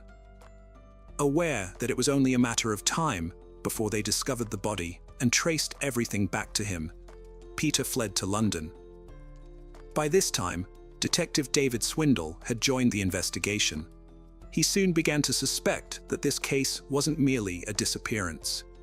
Based on their findings and collected testimonies, Detective Swindle believed it was unlikely Angelica would be found alive. Finally, on September 29, 2006, authorities discovered her body in the chapel. This news shocked British society due to both the nature of the crime and the location chosen by the perpetrator for hiding the body. Examining the girl's injuries led Detective David to suspect that this wasn't Peter's first crime. However, he didn't yet know how horrific and dangerous this individual turned out to be. Further revelations were inevitable. DNA found at the crime scene and on Angelica matched data in the United Kingdom's National Criminal Intelligence Database. That's when they learned exactly who they were dealing with. A man whose actions indicated deep-seated brutality and criminal sophistication. The individual they were looking for turned out to be Peter Tobin, whose fingerprints had been discovered at the crime scene. Consequently, the first step for the authorities was to publish his photograph in the media. His image was distributed nationwide, and the Scottish police reached out to the Metropolitan Police, initiating a search across the United Kingdom. Meanwhile, in London, Peter attempted to conceal himself by going to a hospital and pretending he had heart problems. He claimed he had chest pain and weakness on the left side of his body. Identifying himself as a plumber named James Kelly, he was examined by Dr. Nick Lasso. However, something about his demeanor and behavior raised concerns for the doctor. Initially avoiding eye contact, a behavior atypical of most patients, Peter became suspicious when tests failed to reveal any clear physical cause for his alleged pain. The doctor's suspicions were confirmed by a nurse who recognized Peter from a photograph that had been circulating in the media. As a result, both the nurse and doctor contacted the police. This phone call significantly altered the course of the investigation. On September 30th, police officer Alan Murray was dispatched to the hospital in London. Peter was taken into a room so Alan could speak with him. Immediately following this encounter, Peter was arrested. Although initially only charged with violating the sex offender registry, this approach allowed officers time to build a criminal case against him. Under Detective David's leadership, evidence gathered led to Peter's trial for crimes against Angelica in late March 2007. Despite substantial evidence against him, Peter denied committing violent acts against her, claiming instead they engaged in consensual sexual activity. He also denied providing false information to police and hospital staff. After 6 weeks of legal proceedings characterized by lies and manipulations on Peter's part, the truth finally prevailed. He was found guilty and sentenced to life imprisonment, but with the possibility of parole after 21 years. Detective David and his team were convinced that there was more to Peter's story. While the trial was ongoing, detectives delved into Peter's life. They gathered additional evidence and compiled a dossier. This was done with the involvement of various law enforcement agencies across the country. To avoid harming or interfering with Angelica's case, they preferred to conduct their work confidentially. The joint police operation was known as Anagram. Part of their work involved connecting missing persons cases to places where Peter had been. During these investigations, they established 2 precise links, one in Bathgate and another in Margate. Several weeks later, a search was conducted in Peter's old house on the coast. They found a knife with DNA samples hidden in the attic. However, there was nothing else there. Then they went to the house where Peter lived in Margate. There, it became clear they were dealing with a serious criminal offender. Investigators dug up a sandbox in the garden of the house, one that Peter had made for his son. And shockingly enough, they found a female body there. But that wasn't all. When they continued searching at the same location, they found another body. A woman's handbag was also discovered at the scene, which the team preserved for DNA analysis. Forensic experts worked diligently to establish the identities of the 2 victims. determine their ages, and estimate their dates of death. They also analyzed traces from the handbag. These genetic traces were very strong, but initially yielded no matches in the national DNA database. However, on June 1, 2007, there was a crucial breakthrough. The DNA matched Peter's fingerprint.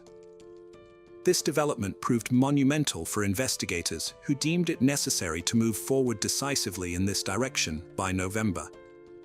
On August 14, 2007, authorities confirmed that one of the bodies found belonged to Vicky Hamilton, who disappeared at 15 years old during her first independent. Her family had been waiting for answers for 16 years. Later, it was announced that the second body belonged to 18-year-old Dinah McNichol, who was hitchhiking home after attending a concert. On September 1, 2008, the Royal Prosecution Service contacted Peter's lawyers and charged him with the murder of Vicky, leading to his trial. Officers had to restrain Vicky's father, Michael, after he saw Peter face to face. Michael later admitted he simply wanted Peter to know he was there to defend his daughter's name and protect her memory. After a month-long trial on December 2, 2008, Peter was found guilty of Vicky's murder and sentenced to life imprisonment. The trial for Dinah took place in December 2009. On December 16th, after the defense failed to provide evidence exonerating their client, the jury found Peter guilty of Dinah's murder. He subsequently received his third life sentence. On November 22, 2007, it was reported that Tobin had been attacked by fellow inmates. He sustained minor injuries. Shortly before this incident, the serial killer had confessed to a total of 11 murders. Recently, on October 8, 2022, Peter passed away in the hospital. Hello friends, welcome to our channel. Today we're going to take a look at another horrible case with you. The case of Sylvia Likens. Sylvia Marie Likens was born on January 3, 1949, in Lebanon, Indiana, USA, to carnival workers Lester Likens and his wife Betty Likens, formerly Grimes. She was the third of 5 children, with 2 older twins, Daniel and Diana, and 2 younger twins, Benny and Jenny.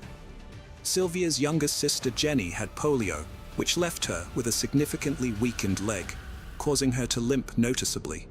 She had to wear a steel brace on her leg to help her walk. Sylvia's parents had a tumultuous marriage, with constant moving and financial struggles.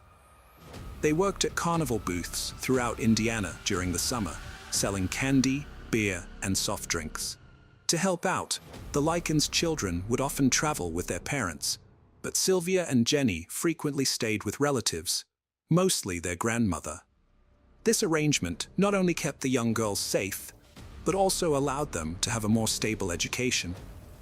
From a young age, Sylvia took on various responsibilities, including babysitting, running errands for neighbors and friends, and completing household chores like ironing clothes. In doing so, she earned some money, which she used to buy things for herself and occasionally shared with her mom. Those who knew her described Sylvia as a friendly, confident, and charming girl. She had long, wavy, light brown hair that fell just below her shoulders, and her friends affectionately called her Cookie. Despite her vibrant personality, Sylvia was self-conscious about her smile due to a missing front tooth, which she lost during a childhood accident while playing with one of her brothers. Sylvia loved music, particularly the Beatles, and was very protective of her younger sister Jenny, who was shy and less secure. The sisters frequently visited a local skating rink, where Sylvia would assist Jenny, holding her hand as Jenny relied heavily on her stronger leg. In June 1965, Sylvia and Jenny Likens were living with their parents in Indianapolis. The following month, their mother was arrested and jailed for theft. Shortly thereafter, their father arranged for his younger daughters to stay with Gertrude Benisi, a mother of 2 girls, Paula and Stephanie, whom the Likens sisters had met at Arsenal Technical High School. Gertrude promised their father that she would care for the girls as if they were her own until his return, which was expected to be just after the 4th of July celebrations. The Likens sisters, Sylvia and Jenny, moved into the Benisi home at 3850 East New York Street. Their father, older brothers, and eventually their mother went on the road with a carnival on the East Coast. As part of the arrangement, Gertrude Banisi would receive $20 a week to care for the sisters until their family returned in November. At first, things seemed normal at the household. Sylvia got along well with Stephanie, bonding over their shared love of popular music and helping with household chores. The Lycan sisters regularly attended Sunday school with the other Banisi kids, and the pastor often commended Sylvia for her kindness and respect for sacred matters. However, when the payments for hosting the girls started coming in late, Gertrude's frustration mounted, and she began to mistreat them. This mistreatment involved physical punishments with thick objects, which eventually escalated into regular beatings, starvation, and humiliation. Sylvia faced the brunt of the abuse. Gertrude and her daughter Paula repeatedly accused Sylvia of engaging in inappropriate behavior with boys, which led to Gertrude physically kicking Sylvia in the groin and Paula physically attacking her.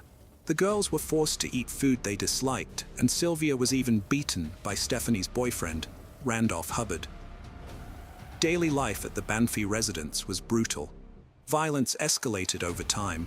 Paula's attacks on Sylvia were savage, including punching her in the face and breaking her own wrist. She targeted Sylvia's mouth and eyes, then used her cast to inflict more harm. The sisters faced relentless verbal and psychological abuse, including Gertrude's cruel accusations of promiscuity and forced attacks on each other. The abuse of Sylvia didn't only come from the Banofsky family. Coy Hubbard and his friends would visit Gertrude's home, tormenting Sylvia physically and verbally. Gertrude and her kids would join in, inflicting harm. Neighborhood kids would beat Sylvia, using her as a punching bag, and Gertrude would humiliate her, forcing her to undress and perform sexual acts for their entertainment. Gertrude expelled Sylvia from school as punishment for stealing a gym suit, which Sylvia had done because Gertrude refused to buy her clothes. This cruelty led to severe physical abuse, including beatings with a police belt and kicks to the genitals. Despite Stephanie's attempts to intervene, Gertrude continued to torment them, inflicting further pain by burning their fingertips with matches and whipping them. A few days later, Gertrude again employed the police belt to repeatedly whip Jenny after she allegedly stole a single tennis shoe from school to wear on her stronger foot. Due to the escalating frequency and brutality of the torture and mistreatment, Sylvia gradually became incontinent, a condition for which she was denied access to the bathroom and forced to wet herself as further punishment. On October 6, 1965, Gertrude confined Sylvia to the basement, binding her with rope. She often kept Sylvia naked, providing her with minimal sustenance and frequently denying her water. Sylvia was consistently tied to the stair railing in the basement, her feet barely touching the ground. The Banfi family would occasionally interrupt their physical and emotional torment to watch their favorite TV shows. Neighborhood boys would even pay 5 cents each to view Sylvia's body on display, participating in her humiliation, beating, burning, and mutilation during her captivity in the basement. Gertrude and her children restrained and silenced Sylvia, then submerged her in a bathtub of scorching hot water. Next, they rubbed salt into her injuries. After this incident, an anonymous caller, who was the father of a neighborhood boy named Michael John Monroe, contacted Arsenal School to report that a girl with severe skin lesions was living at the Banvi household. Since Sylvia had been absent from school for several days, a school nurse visited Gertrude's residence to investigate. Gertrude claimed to the nurse that Sylvia had run away from home the previous week and that she was unaware of her current whereabouts. She also alleged that Sylvia's skin lesions were a result of her poor personal hygiene and that she was a negative influence on both her own children and her sister. The school did not pursue any further investigation into Sylvia's whereabouts or well-being. In mid-October, John Benazzi Jr. subjected Sylvia to a cruel and sadistic prank. He offered her a plate of soup, only to swiftly pull it away as she attempted to eat with her hands, which was difficult for her due to her severe malnutrition. Afterwards, Gertrude permitted Sylvia to sleep upstairs, but warned her that she must not wet the bed. Before going to sleep, Sylvia quietly asked Jenny for a glass of water, hoping to avoid dehydration. However, the next morning, Gertrude found that Sylvia had urinated on herself, and as a punishment, forced her to perform a humiliating and degrading act, masturbating with a glass bottle in front of the Banby children. Shortly thereafter, Gertrude shouted for Sylvia to return to the kitchen, then ordered her to strip naked before proclaiming that she had branded her daughters, and now she was going to brand her. Gertrude began carving the words, "I'm a prostitute and proud of it," onto Sylvia's abdomen with a heated needle. When Gertrude was unable to complete the markings, she instructed 14-year-old Richard Hobbs to finish etching the words into Sylvia's flesh while she took Jenny to a nearby grocery store. In what Hobbs would later insist were short, light etchings, he continued to brand the text into Sylvia's abdomen as she clenched her teeth and moaned. Richard and 10-year-old Shirley forcibly took Sylvia to the basement. There, they attempted to inflict a burn on Sylvia's body, specifically beneath her left breast, using an anchor bolt to create a mark resembling the letter S. However, due to their mistake of applying part of the loop in reverse, the resulting deep burn scar would instead look like the number 3. On that grim night, after enduring terrible abuse, Sylvia told her sister Jenny that she knew Jenny didn't want her to die, but she was sure she was going to die. The next day, Gertrude woke Sylvia and forced her to write a letter while dictating its contents. The plan was sinister. They intended to deceive Sylvia's parents into believing that Sylvia had run away from the Banby residence. The content of this letter was intended to frame a group of anonymous local boys for extensively abusing and mutilating Sylvia after she had initially agreed to engage in sexual relations with them.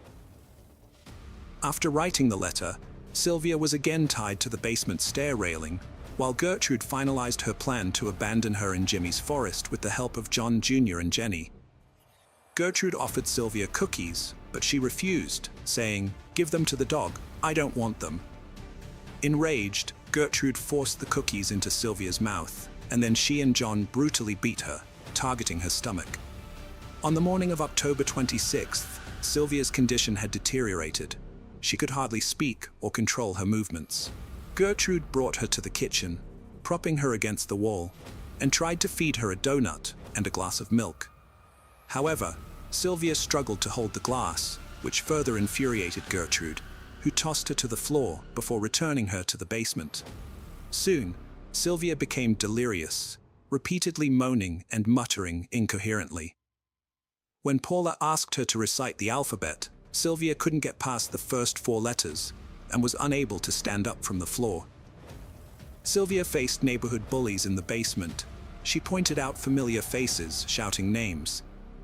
After a failed attempt to bite a rotten pear, Jenny reminded her she couldn't feel her teeth, having lost one at 7. Exhausted and desperate, Sylvia tried to escape but collapsed. Gertrude punished her brutally, striking her head and knocking her out. Shortly after, at 5:30 p.m., Richard Hobbs returned to the Banby residence and rushed to the basement, where he found Stephanie crying and cradling Sylvia's frail, wounded body. After their mother instructed Stephanie to clean Sylvia's body, she and Richard decided to give Sylvia a warm, soothing bath and dress her in fresh clothes. They laid her on a mattress in one of the bedrooms, where she whispered her final wish, for her father to be by her side or to be taken home. After suffering severe punishment and weakening from starvation, Sylvia finally succumbed to her injuries and died. When Stephanie realized Sylvia wasn't breathing, she attempted to perform mouth-to-mouth resuscitation, while Gertrude hysterically screamed at the children in the house that Sylvia was faking her own death. Initially, Gertrude struck Sylvia's lifeless body with a book, yelling at her that she was lying and pretending, in a futile attempt to rouse her. Soon, overcome with panic, Gertrude instructed Richard Hobbs to call the authorities from a nearby payphone. When the police arrived at the address around 6:30 p.m., Gertrude escorted the officers to the bedroom where she revealed Sylvia's brutally beaten and mutilated body lying on a dirty mattress. She then handed over the letter that Sylvia had been coerced into writing. Gertrude claimed to have cared for the young girl for over an hour before her death, applying antiseptic to her wounds in a futile attempt at first aid. According to Gertrude, Sylvia had run away from home with a group of teenagers. Returning to her house that afternoon, bare-chested and clutching the note. Having declared to everyone in the house that Sylvia's death was meant to happen, Paula looked at Jenny and calmly said that if Jenny wanted to live with them, they would treat her like their own sister. Following instructions she had received before the police arrived, Jenny recited the rehearsed version of the events leading up to Sylvia's death, before whispering to the officers to take them away, and that she would tell them everything. The formal statement from Jenny Likens led to the arrest of Gertrude, Paula, Stephanie, and John Jr. Benazzi on suspicion of Sylvia's murder just hours after her body was discovered. That same day, Coy Hubbard and Richard Hobbs were also arrested and charged with the same crimes. The three older Benazzi children, along with Coy Hubbard, were placed in a nearby juvenile detention center, while the younger Benazzi children and Richard Hobbs were held at the Indianapolis Child Guardians Home, all detained without bail pending trial. Initially, Gertrude denied any involvement in Sylvia's death, but only a day into her detention, she confessed to knowing the children and acknowledged that her daughter Paula and Coy Hubbard had physically and emotionally abused Sylvia. Gertrude also admitted to forcing the girl to sleep in the basement on approximately 3 occasions when she had wet the bed. When an officer suggested that the probable reasons for Sylvia's incontinence were her mental distress and kidney injuries, Gertrude became evasive. Paula showed no remorse, signing a statement that admitted to repeatedly beating Sylvia. She also confessed to fracturing Sylvia's wrist and committing other brutal acts, including pushing her down the basement stairs 2 or 3 times. John Jr. confessed to whipping Sylvia once and frequently using his fist to abuse her, also admitting to burning her with matches on multiple occasions. The autopsy of Sylvia's body revealed over 150 separate injuries across her body, and she was severely emaciated at the time of her death. The injuries varied in location, nature, severity, and healing stage, including burns, severe bruises, and extensive damage to muscles and nerves. Her vaginal cavity was swollen and nearly closed, although an examination determined her hymen was still intact, debunking Gertrude's claims that Sylvia had been 3 months pregnant and the accusations of prostitution and promiscuity. The official cause of Sylvia Marie Likens' death was determined to be a subdural hematoma resulting from a severe blow to the right side of her head. The doctor also noted that the shock she sustained, primarily due to prolonged and severe injury to her skin and subcutaneous tissue, as well as chronic malnutrition, contributed to her demise. By the time her body was discovered, rigor mortis had fully set in, suggesting that she may have been deceased for up to 8 hours prior to discovery.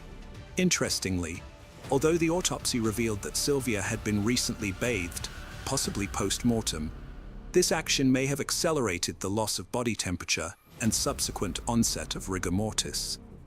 In May 1966, Gertrude Bissesi, her children Paula and John, and 2 neighborhood youths, Coy Hubbard and Richard Hobbs, were tried and convicted of neglect, torture, and murder in relation to Sylvia's death.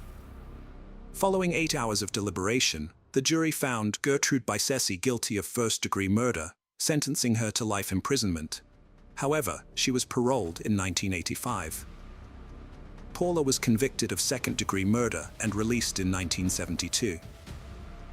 Hobbs, Hubbard, and John were found guilty of manslaughter, serving less than 2 years in the Indiana Reformatory before being granted parole on February 27, 1968. In Indiana, the brutal murder and torture of Sylvia Likens is considered the state's worst crime. A seasoned investigator from the Indiana Police Department, with 35 years of experience, described it as the most sadistic case he had ever encountered. Sylvia tragically lost her life on October 26, in Indianapolis, Indiana, USA. Her parents were expected to return for her and her sister in November, but unfortunately, Sylvia passed away before their arrival.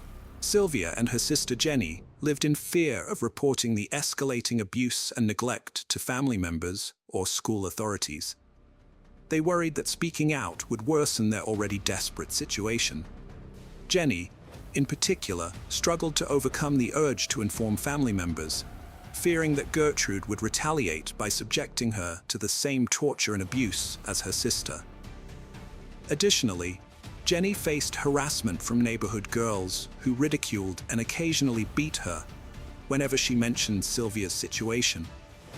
The middle-aged Besessi couple, along with other families in the neighborhood, had suspicions or had witnessed signs of the girls being mistreated, but they were too afraid to report it to the authorities.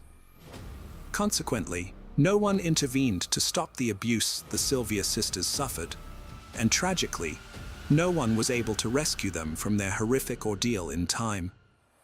In the aftermath, all those responsible for her torture and murder received prison sentences, although some did not serve their full terms. However, they cannot escape the guilt and horror they inflicted, which will haunt them for the rest of their lives.